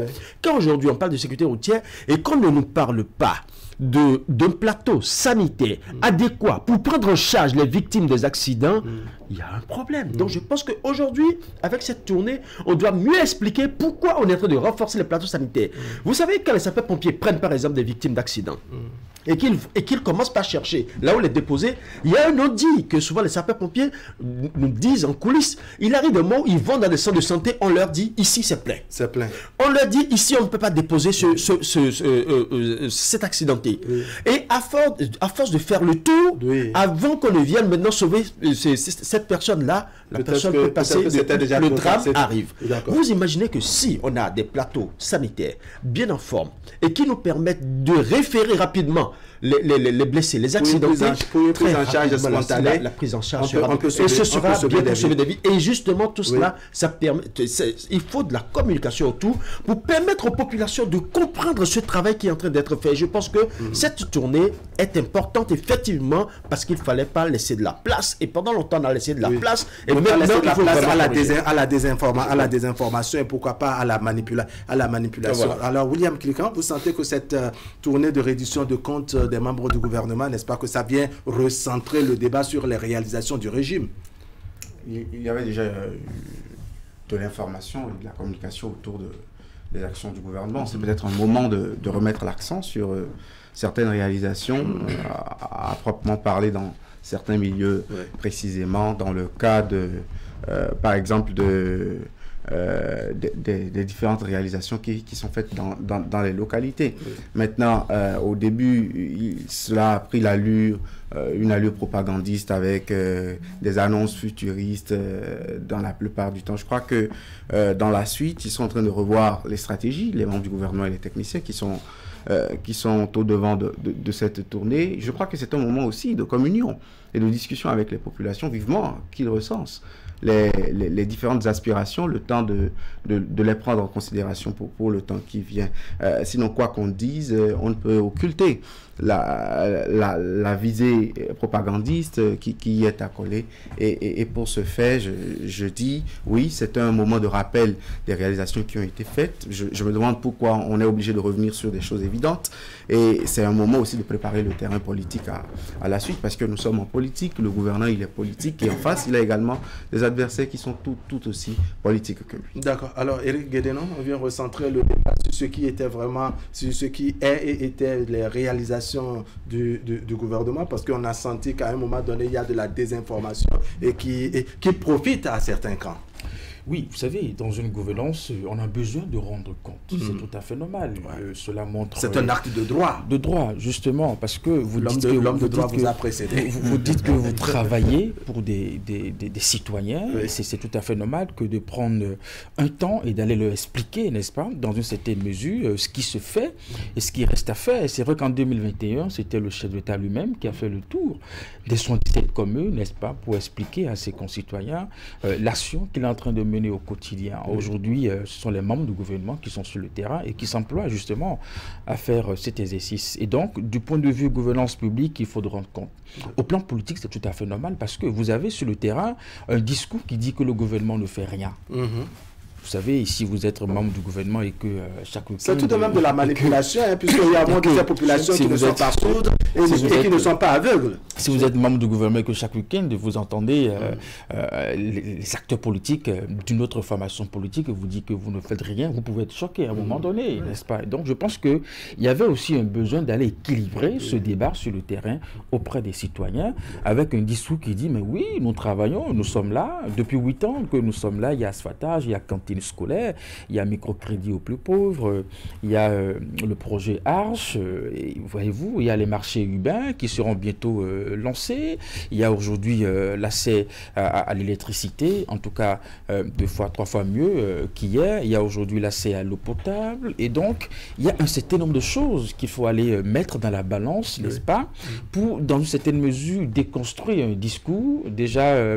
qui était déjà peut-être en avant sur le terrain. Donc aujourd'hui, le citoyen aujourd'hui a le choix entre ce qui se disait, n'est-ce pas, sur les actions du gouvernement et les informations que les membres du gouvernement apportent aujourd'hui. Donc je pense que dans les deux sens, n'est-ce pas, le gouvernement a senti vraiment le besoin de mettre sa machine en marche, n'est-ce pas, pour ne pas peut-être se faire raver la vedette, parce que à un moment donné, vous avez des actions qui sont quand même assez évidentes aujourd'hui. Qui sont visibles, comme on dit. À l'étape de Cotonou hier, dans le discours du maire, l'image de Cotonou aujourd'hui n'est plus l'image qu'on connaissait hier. Aujourd'hui, ne serait-ce qu'il y a un endroit où des gens vont se retrouver, n'est-ce pas, pour faire des selfies au pied de l'Amazone. C'est quand même assez attractif. Et bien d'autres choses aussi, voyez-vous. Et donc, je pense qu'il faut le dire, il faut en parler. Encore que, il y a ce besoin de mettre, comment on dit, le citoyen béninois dans le bain, dans la réalité. Et le mettre devant voilà, de ce qui se fait et de ce qui se réalise. Il y a quelques mois, pour prendre la voix de Arplomé, c'était carrément tout un calvaire. J'ai réalisé au moins 2-3 reportages là-dessus. Et c'était carrément la boue. Et les motos, ça me fait penser l'histoire. Les motos, la voiture s'enlisait presque tout le temps. Mais aujourd'hui, quand vous prenez cette voix d'Arplomé, mais c'est que vous avez l'impression... Pour la petite histoire, j'ai un ami qui est revenu et il dit, mais je ne me retrouve plus à Arplomé. Non, il faut qu'on se dise la vérité. À des moments donnés, on dit que c'est Agla qui a gagné le gros lot. C'est bien. Agla qui a gagné le gros lot. Il faut dire qu'il y a rien de réalité. Il n'y a pas que Agla. Voilà. On mettait l'accent sur le discours qui doit être à la fois politique mais surtout aussi technique. D'accord. On va revenir sur cet aspect parce que c'est très important. Le temps qu'on jette un coup d'œil sur ce reportage que nous propose Emma, une étape dans les départements de Ouémé et Plateau. C'est vrai qu'il y a eu bien d'autres reportages qui sont passés dans nos différentes différentes éditions, puisque la tournée prend en compte l'ensemble du territoire, n'est-ce pas? À brûle pour point comme ça, on joue ce reportage que nous proposait Marodonou et on revient. C'est à Pobé que la tournée gouvernementale d'explication et de reddition de comptes pour ce qui est du département du Plateau a été lancée par le ministre Saliman Karimou. L'exercice a consisté à apporter aux populations les vraies informations sur les efforts déployés par le gouvernement pour améliorer leurs conditions de vie. Ce qui m'a le plus marqué, c'est Pobé à Diawéré, à peine 7 km. On faisait près de 35 à 40 minutes avant d'atteindre Diawéré. Aujourd'hui, regardez l'état. C'est ceux qui ont les yeux encore en forme, qui ne veulent pas voir, qui ne voient pas. Regardez notre voie inter-État. Ça a évolué. Il n'a pas cette commune du département où il n'a pas eu la touche de la rupture. Dans la marche du Bénin vers une autonomisation énergétique, la première centrale solaire photovoltaïque d'une capacité de production de 25 MW a été réalisée et mise en service en 2022 à Iloulofi, ce qui permet d'alimenter un équivalent d'environ 440 000 foyers. On a vu les maternités qui sont transformées. Tous ceux qui sont ici peuvent dire déjà, dans tous les centres de santé de la commune de Pobé, on a rénové totalement les maternités. En langue nationale Nago, le ministre Saliman Karimou va expliquer aux populations qu'à travers ses nombreuses réalisations en matière d'eau, d'assainissement, de routes, de santé, d'éducation et de sécurité, Patrice Talon a mis l'humain au cœur de sa politique. Ceux qui sont venus écouter sont conquis et à Joseph Diogbenou de les envoyer en mission. Pour celles et ceux parmi vous qui sont membres des partis de la majorité présidentielle, le message n'est pas pour vous. Le message est à transmettre. Le message que vient de nous donner le ministre, chef de délégation, est un message destiné aux citoyens ordinaires. Et nous devons faire notre ce message. Ne gardons pas ce message pour nous. Nous devrions être sur le terrain en permanence, être fiers de ce qui est fait, sentir ce qui n'est pas fait, parce que tout n'est pas fait. Assurer les uns et les autres que ce qui n'est pas encore fait sera fait. La tournée gouvernementale se poursuit dans le département du Plateau et la délégation conduite par le ministre Saliman Karimou sera prochainement dans les communes de Kétou, d'Ifanyi, de Sakété et d'Adiawéré. C'était vraiment indispensable, pour ne pas dire nécessaire pour la population, parce que quand on lit sur le visage des populations, William Bialedi Franck à Rounou, on a senti une forme d'enthousiasme, c'est une bouffée d'oxygène, l'information que leur apportent les membres du gouvernement. Oui, parce que cela manquait aux populations, justement. On sait qu'on fait beaucoup de choses, il y en a que vous questionnez, qui vous disent, mais il y a telle chose qui est réalisée dans notre commune, mais qu'on ne savait pas. Ça veut dire que le gouvernement fait beaucoup d'efforts, le chef de l'État met en œuvre son PAG, il applique sa vision qu'il a annoncée depuis 2016, mais les populations pour lesquelles on fait cela, elles ne sont pas informées. C'était opportun et c'était nécessaire de descendre pour essayer de, disons, de canaliser les choses et de repréciser les choses. De repréciser surtout, merci pour le mot, de repréciser surtout les choses. Et moi, je pense qu'au-delà de tout ce qu'on peut reprocher à la tournée, elle n'a pas trop l'allure d'une propagande, parce que vous voyez, c'est des canaux qu'on a choisis, des gens qu'on a choisis qui vont porter après l'information. On n'a pas pris la grande masse où on joue des tam-tams, on harangue la foule, on prend des bains de foule et ainsi de suite. C'est stratégique. Tel que c'est organisé, je pense que c'est réfléchi et ça permettra un peu de lever l'équivoque, parce que il y a beaucoup de choses qu'on reproche, on dit ce dont on peut créditer le gouvernement Talon, c'est qu'il y a moins d'éléphants blancs. Quand on a annoncé, le PAG est en train d'être exécuté avec une certaine rigueur pour qu'on puisse éviter à la fin du mandat, à la fin de ce deuxième mandat, qu'on puisse éviter au mieux les éléphants blancs. On a parlé tout à l'heure des marchés, on a parlé d'une centrale solaire qui est quelque part. Emma m'a dit que la première fois quand lui s'est rendu là-bas, c'est loin quelque part dans la brousse, alors que ça permet de régler des problèmes que vivent les populations. Et donc, de telles réalisations, vous allez à Parakou aujourd'hui, il y a des quartiers entiers qui ont changé du fait de la première phase de asphaltage. La deuxième phase est en cours. Il y a un marché qui est en construction dans le 3e arrondissement, au quartier Guéman, pour ceux qui connaissent un peu ce quartier. Oui. Il y a bien des choses qui sont faites et qui soulagent même aujourd'hui les autorités de nos communes. Parce que à un moment donné, les communes elles-mêmes n'arrivaient pas à faire face aux problèmes. Oui. Que ce soit les problèmes de mobilité, et les problèmes d'insécurité, les problèmes d'eau, ainsi de suite. Si Samou Seydou Adambi doit s'asseoir sur un plateau pour vous dire comment on travaille à sortir un peu, à permettre aux populations d'avoir de l'eau potable, c'est vrai, tout ne peut pas être fait, mais l'essentiel est fait. Et il fallait expliquer aux populations. Et je pense que il faut réitérer, parce qu'après cette tournée-là, nous sommes à une période cruciale où il faut informer davantage les populations. Au-delà des médias, il faut aller vers les populations, permettre aux leaders politiques d'aller vers les populations pour les entretenir le temps des week-ends.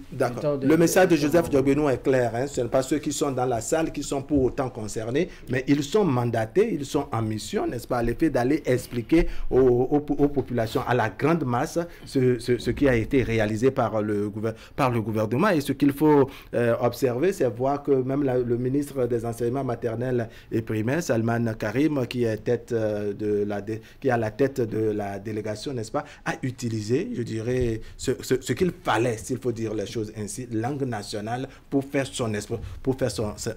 Qu'est-ce que vous en pensez? Oui. Il est écrit quelque part dans la Bible, mon peuple périt faute de connaissance, et vous savez, on peut pécher par ignorance. Quand vous n'avez pas l'information, la vraie, vous pouvez pécher sans le savoir, par ignorance. Donc, il faut avoir l'information. Et l'information, c'est une denrée stratégique. En toute chose, l'information vous permet d'aller de l'avant. Et quand vous voulez donner l'information, il faut la cible. En communication, on vous l'apprend. Il y a les mots, il y a le canal, et il y a aussi la manière de donner l'information. Donc, quand vous êtes face à des gens qui peut-être peuvent vous confondre. Je suppose quelqu'un qui a fait peut-être jusqu'en classe de CE1, CE2, qui a à peine le CEP, et qui peut-être a fait de très longues études de CM2. Si par exemple vous êtes face à des gens comme ça, qui peuvent mal interpréter ce que vous allez dire, parce que le français est aussi assez délicat et sensible, c'est mieux de leur expliquer la chose dans leur langue locale, afin que la personne puisse mieux comprendre avec précision et minutie ce que vous êtes en train de dire. Parce que vous savez, la désinformation commence où? Quand vous donnez une information qui prête à plusieurs interprétations, celui qui veut manipuler, il choisit l'angle qui l'intéresse. Donc quand vous donnez l'information, vous allez observer bien au tribunal ce qui se passe. Vous allez remarquer, il y a des gens qui viennent, ils comprennent bien français, mais tout simplement parce qu'ils ont peur qu'on utilise ne serait-ce qu'une bribe de l'information qu'ils donnent pour les bloquer, ils préfèrent parler la langue locale et laisser l'interprète interpréter à sa manière. Donc, c'est important d'aller vers les populations et de pouvoir leur dire ce qu'il en est dans leur langue afin qu'elles comprennent. Et pourquoi? Je suppose, mon grand-père qui est au village, qui ne comprend pas très bien français ou qui ne comprend pas du tout français, doit aussi l'expliquer à ses amis avec lesquels il partage le champ, ou avec ses amis avec lesquels il partage peut-être de temps en temps la bière traditionnelle. Alors que les autres n'ont pas eu le temps de venir peut-être à cette séance-là.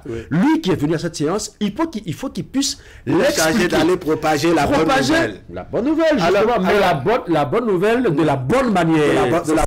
Alors, William Cliquant, Ulrich Gaba soulignait un petit détail qui est également adaptable sur le champ politique, n'est-ce pas? Savoir utiliser les mots, savoir éviter des expressions ou bien des formules qui auront, je dirais, 1000 interprétations, puisque là, ça n'arrange pas le camp. On a noté un peu que c'est cette forme de guerre ou de guéguerre qui se note sur le terrain, où on coupe juste des bouts qui arrangent, n'est-ce pas? Et qui fait, je dirais, la propagande propagande, surtout sur les réseaux sociaux, William Kilikan. C'est de la stratégie politique. Et quand on communique mal, on donne du gré à moudre à ses détracteurs.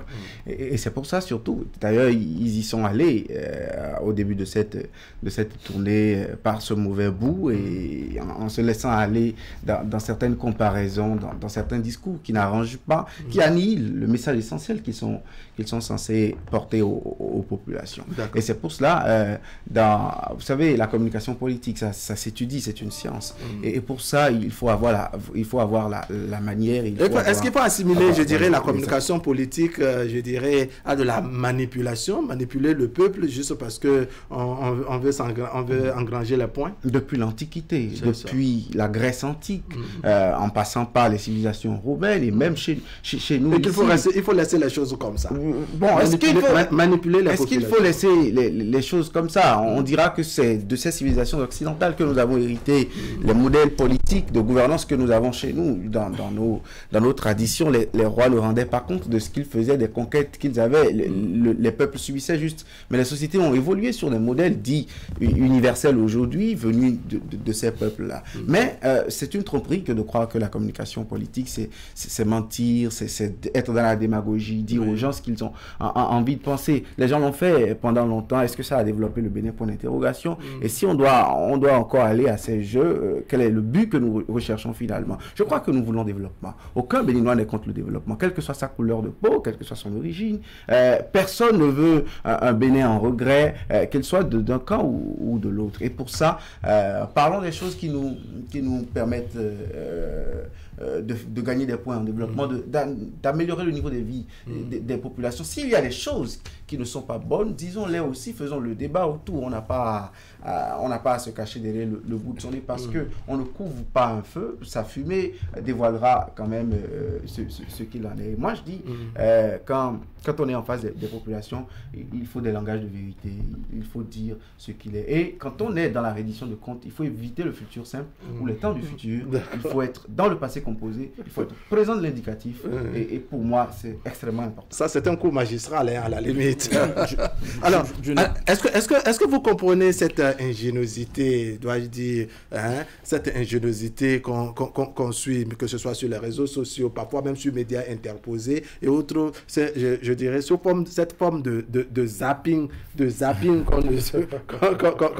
copier-coller, n'est-ce pas? En tout cas, des bouts de phrases, des portions qui sont de nature à favoriser un camp et donc faire perdre des points à un autre. Est-ce que vous voyez l'ingéniosité, je dirais, de ceux qui sont cachés derrière? Vous savez, il faut un peu de tout pour faire le monde. Donc, si la tournée peut être aussi une occasion pour d'autres de pouvoir s'occuper autrement, suivre les différents discours, les couper, les tailler sur mesure, en y donnant une orientation politique, tant mieux.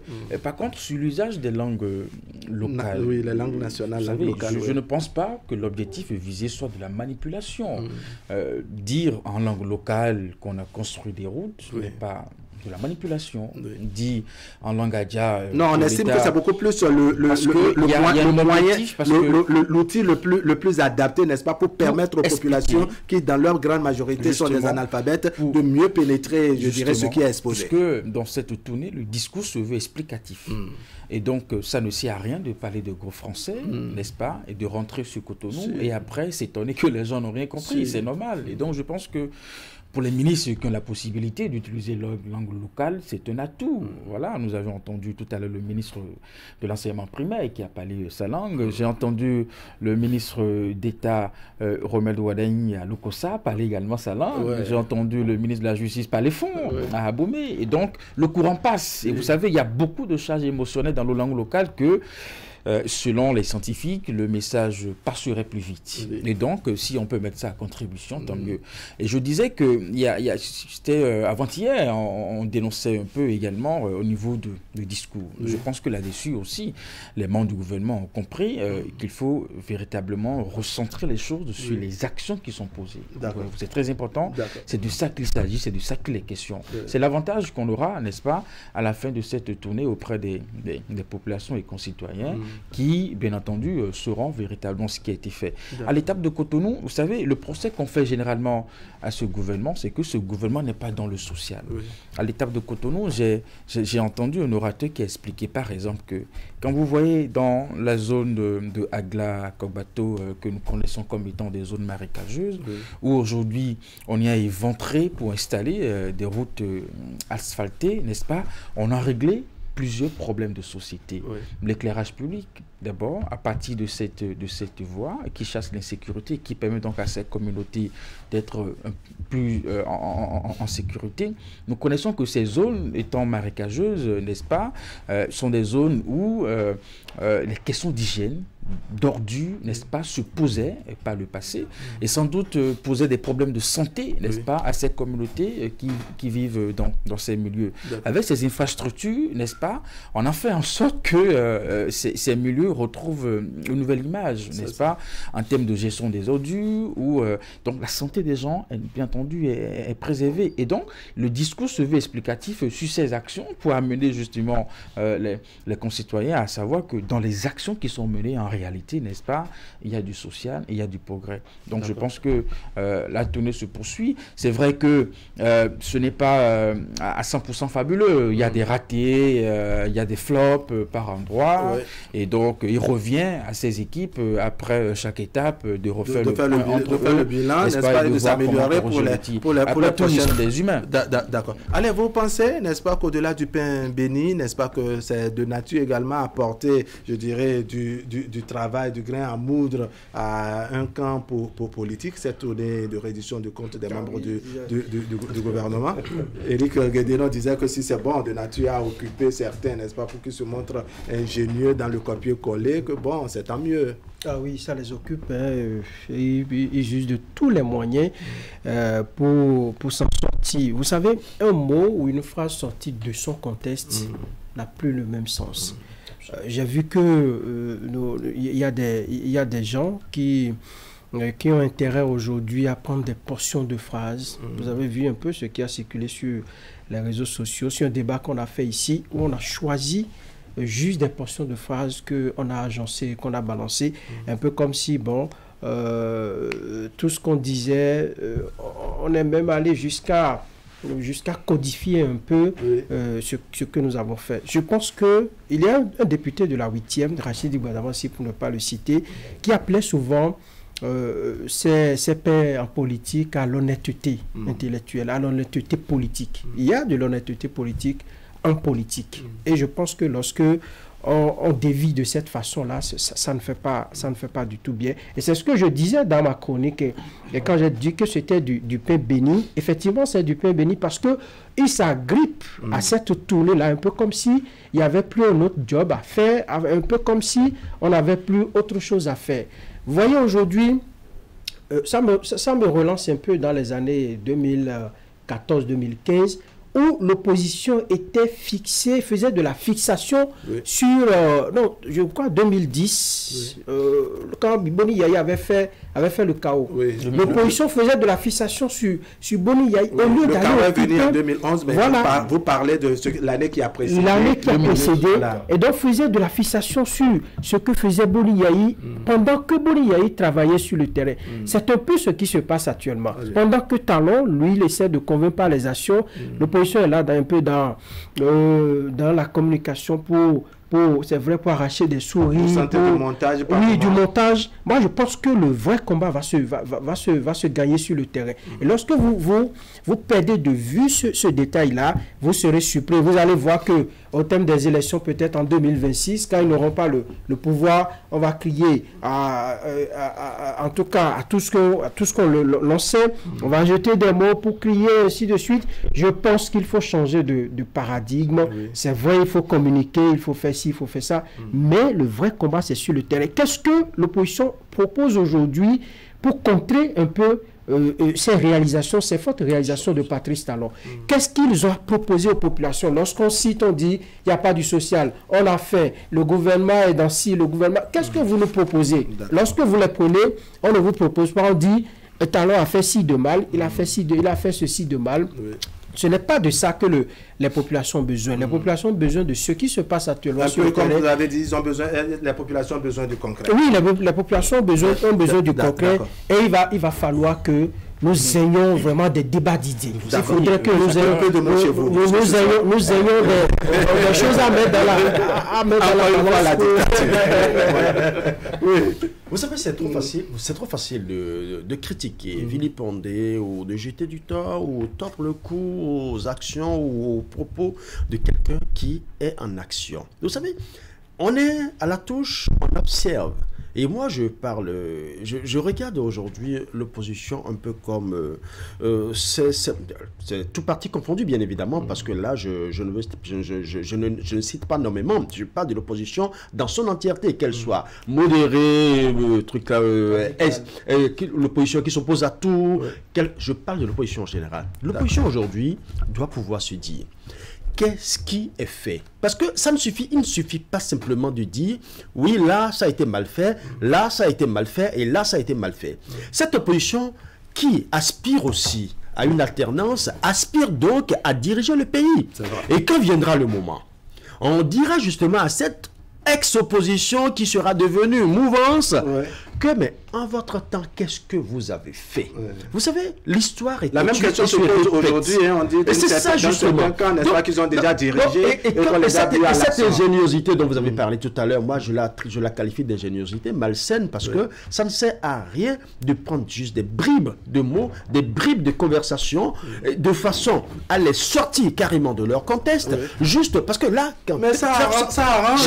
Chaque fois que nous faisons débat ici, vous allez observer que chaque fois, nous parlons de ce qui est bien et de ce qui est mauvais. Nous faisons toujours la part des choses sur ce plateau. Et c'est comme l'équilibre en tout. Même en politique, il y a ce qu'on appelle le politiquement correct. D'accord? Le politiquement correct, même si on sait que la politique, c'est l'art de parfois être politicard derrière la politique, il faut quand même savoir être correct dans une certaine mesure. L'opposition aujourd'hui a beaucoup de travail à faire. Ce travail consiste en quoi? Activer, travailler sur le terrain, montrer que ce qui n'est pas fait, on peut faire des propositions, on peut agir d'une autre manière. Et puis, il faut reconnaître que cette opposition a le financement de l'État. Donc, il y a l'argent du contribuable qui circule au niveau de l'opposition. Ils ne peuvent pas dire qu'ils ne peuvent pas travailler. A priori, ils n'ont qu'à agir. Mais s'ils agissent, nous allons mettre les deux actions dans la balance. Nous allons mettre les deux actions dans la balance et dire oui, c'est vrai que la mouvance a peut-être plus de moyens, mais avec le peu de moyens de l'opposition, voici ce que l'opposition fait. Voici les propositions de l'opposition.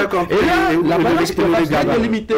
Mais c'est trop facile. C'est trop facile de toujours critiquer. Le temps est vite passé. On a la rubrique ce que je ne comprends pas, n'est-ce pas, à débattre. Pour sa paroisse, d'une façon ou d'une autre. Ce n'est pas dans l'intérêt non plus de l'opposition de voir la machine présidentielle sur le terrain. Comme vous l'avez dit, l'absence ces dernières années arrangeait plus l'opposition. Donc maintenant que cela se passe sur le terrain, ça crée un manque à gagner. Et donc, il n'y a aucun intérêt pour l'opposition, n'est-ce pas, de choisir des discours et applaudir la mouvance sur le travail qu'elle fait sur le terrain. Il faut ça va doucement. Il faut un minimum de sérieux. Le politique. D'accord, on va espérer. Bon, est-ce que vous comprenez pourquoi les jeunes continuent de fumer de chicha? À vous de le dire, vous comprenez? À vous de le dire. Bon, je pense que on aborde le sujet. On va permettre à nos concitoyens de l'aborder avec nous. On donne la parole à nos citoyens, à nos citoyens. Pourquoi, n'est-ce pas, les jeunes continuent de fumer du chicha, n'est-ce pas? C'est dans la rubrique ce que je ne comprends pas. Donc, je ne comprends pas. Voilà, je ne comprends pas. Donc finalement, vous ne comprenez rien. Je ne comprends pas. Vous allez comprendre bientôt.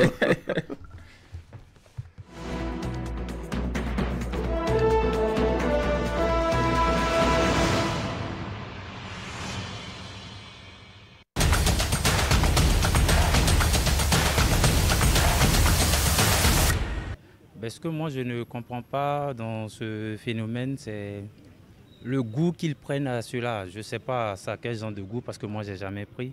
Je ne sais pas le goût qu'ils trouvent dedans, mais je pense quand même que je n'ai pas forcément besoin de goûter avant de savoir, parce qu'au moins je sais, j'entends souvent parler des conséquences de ce truc-là. Et les conséquences que je vois, je pense qu'elles ne sont pas bonnes pour la santé humaine. Donc les conseils que je peux donner aux jeunes d'aujourd'hui, c'est vraiment de laisser ce côté de chicha, parce que d'abord, ce n'est pas bon pour la santé. Et puis, en matière de leadership ou bien pour l'évolution de la vie de demain, je pense que ce n'est pas une bonne chose. D'abord, on a toujours écrit, même sur le truc, que le tabac nuit gravement à la santé. Donc déjà, on doit savoir que c'est quelque chose qui n'est pas bien pour la santé.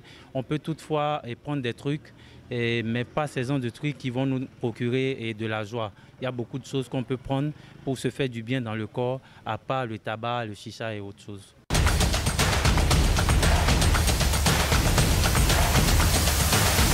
Et ce que je ne comprends pas, c'est que avec les différentes mesures prises par le gouvernement et ainsi par les conseils prodigués par les organisations mondiales de la santé contre la prise des produits toxiques, on constate aujourd'hui que les jeunes continuent toujours à prendre ces produits.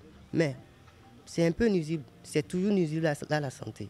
Je ne comprends pas pourquoi notre jeunesse, la jeunesse d'aujourd'hui, y comprend moi-même, je fais partie de la jeunesse, mais je ne comprends pas pourquoi nous prenons de façon générale des produits toxiques. Or, c'est nuisible à la santé. C'est vraiment gravement nuisible à la santé.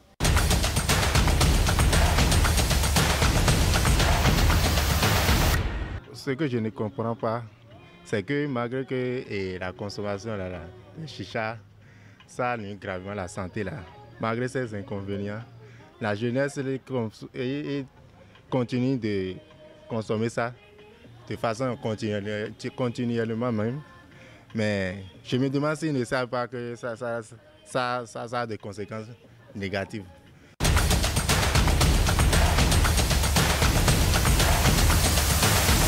Ce que je ne comprends pas, je ne sais pas réellement ce que les jeunes font dans les bars. Moi qui suis ici, je n'aime pas faire dans la vie dans les bars. Mais je vois souvent des jeunes hommes, surtout les jeunes hommes, ils prennent beaucoup de choses qui ne sont pas même conseillées. Bon, je ne sais pas s'ils sont inconscients de ce qu'ils font. En tout cas, je les conseille d'arrêter, puisque ça nuit aussi la santé. Et aussi, si tu es conscient, si tu veux évoluer dans la vie, tu dois arrêter certaines choses. Tu ne devrais pas te mêler dans toutes les affaires. Tu dois te comporter comme une personne qui a d'avenir, qui a une vision.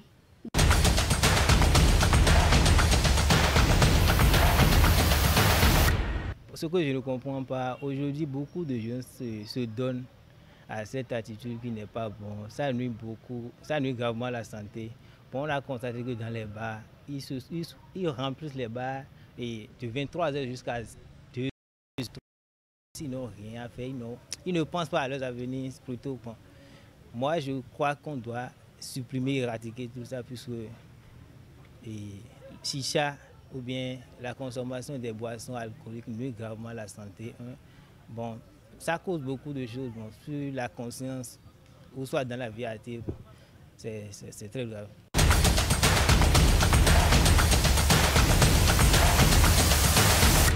C'est comment je veux dire, c'est toxique à la santé. Et souvent j'apprends que un gorgée de chicha est égal à 10 paquets de cigarettes si je ne me trompe pas, et ça détruit le poumon.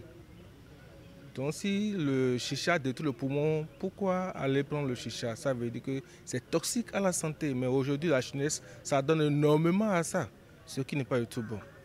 C'est manque de travail et je vais encore dire c'est manque d'éducation.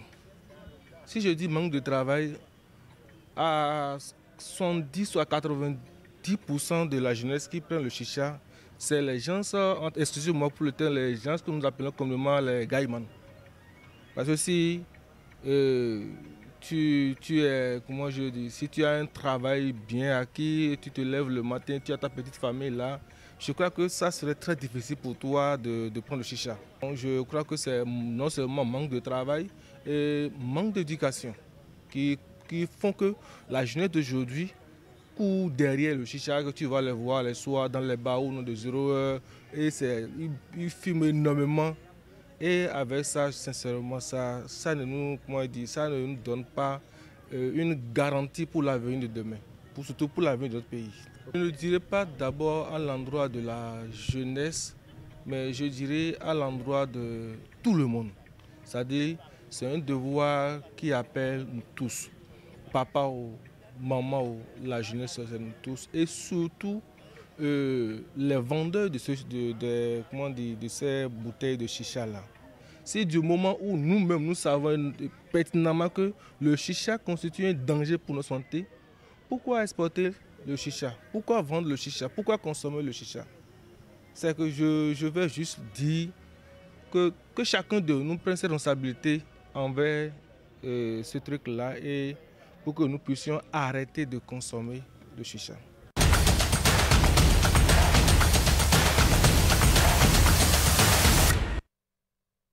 Mesdames, Messieurs, ce sera tout pour ce mercredi. Merci de nous avoir suivis. L'information continue sur Canal 3 Bénin. Tout à l'heure à midi, vous avez la rediffusion de votre numéro et dans la soirée également autour de 23h45.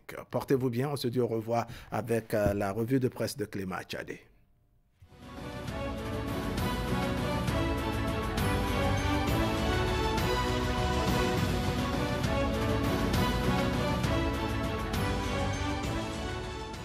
Bonjour à tous. La politique domine encore ce mercredi la une des canards. Ils reviennent tous dans leur majorité sur la tournée gouvernementale de réduction de comptes en cours. Chaque quotidien traite l'étape de son choix suivant son angle de traitement. Fraternité, par exemple, préfère annoncer la bonne nouvelle aux usagers des marchés urbains et régionaux du Bénin qui attendent l'inauguration des espaces marchands construits sous Patrice Talon. À ce sujet, le quotidien de Ménotin placarde en manchette la date du 15 juin 2024 comme la date de l'enchantement. Sous la plume de mon confrère Fidéon, le journal rapporte l'annonce que la ministre en charge du commerce, Chadia Alimatou Assouma, a portée aux bonnes dames de Cotonou à l'occasion de l'étape du littoral de la tournée gouvernementale. Le journal ajoute que Cotonou a bénéficié de 9 marchés urbains et un pool commercial issu du programme d'action du gouvernement. Les autres précisions de Fraternité renseignent que les places des marchés à Cotonou passent de 1600 à 6675 places.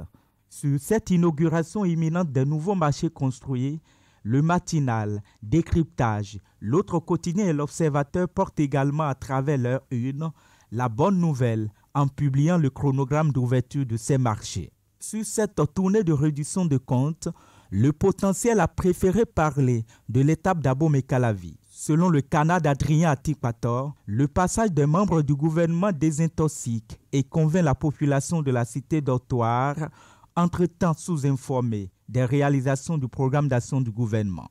Le potentiel annonce une autre bonne nouvelle pour le Bénin. Selon le quotidien, le Bénin et le Maroc ont conclu un partenariat pour le développement du numérique à Marrakech le 31 mai dernier. Parlant toujours de la politique au plan national, Matin Libre, dans sa liberté d'expression, revient ce mercredi avec une grosse interrogation à sa manchette. Le journal demande quand est-ce que le chef de file de l'opposition sera dévoilé par un décret de Patrice Talon. Le canard précise que des universitaires, la société civile, mais aussi les acteurs politiques interpellent Patrice Talon et réclament l'application de la loi.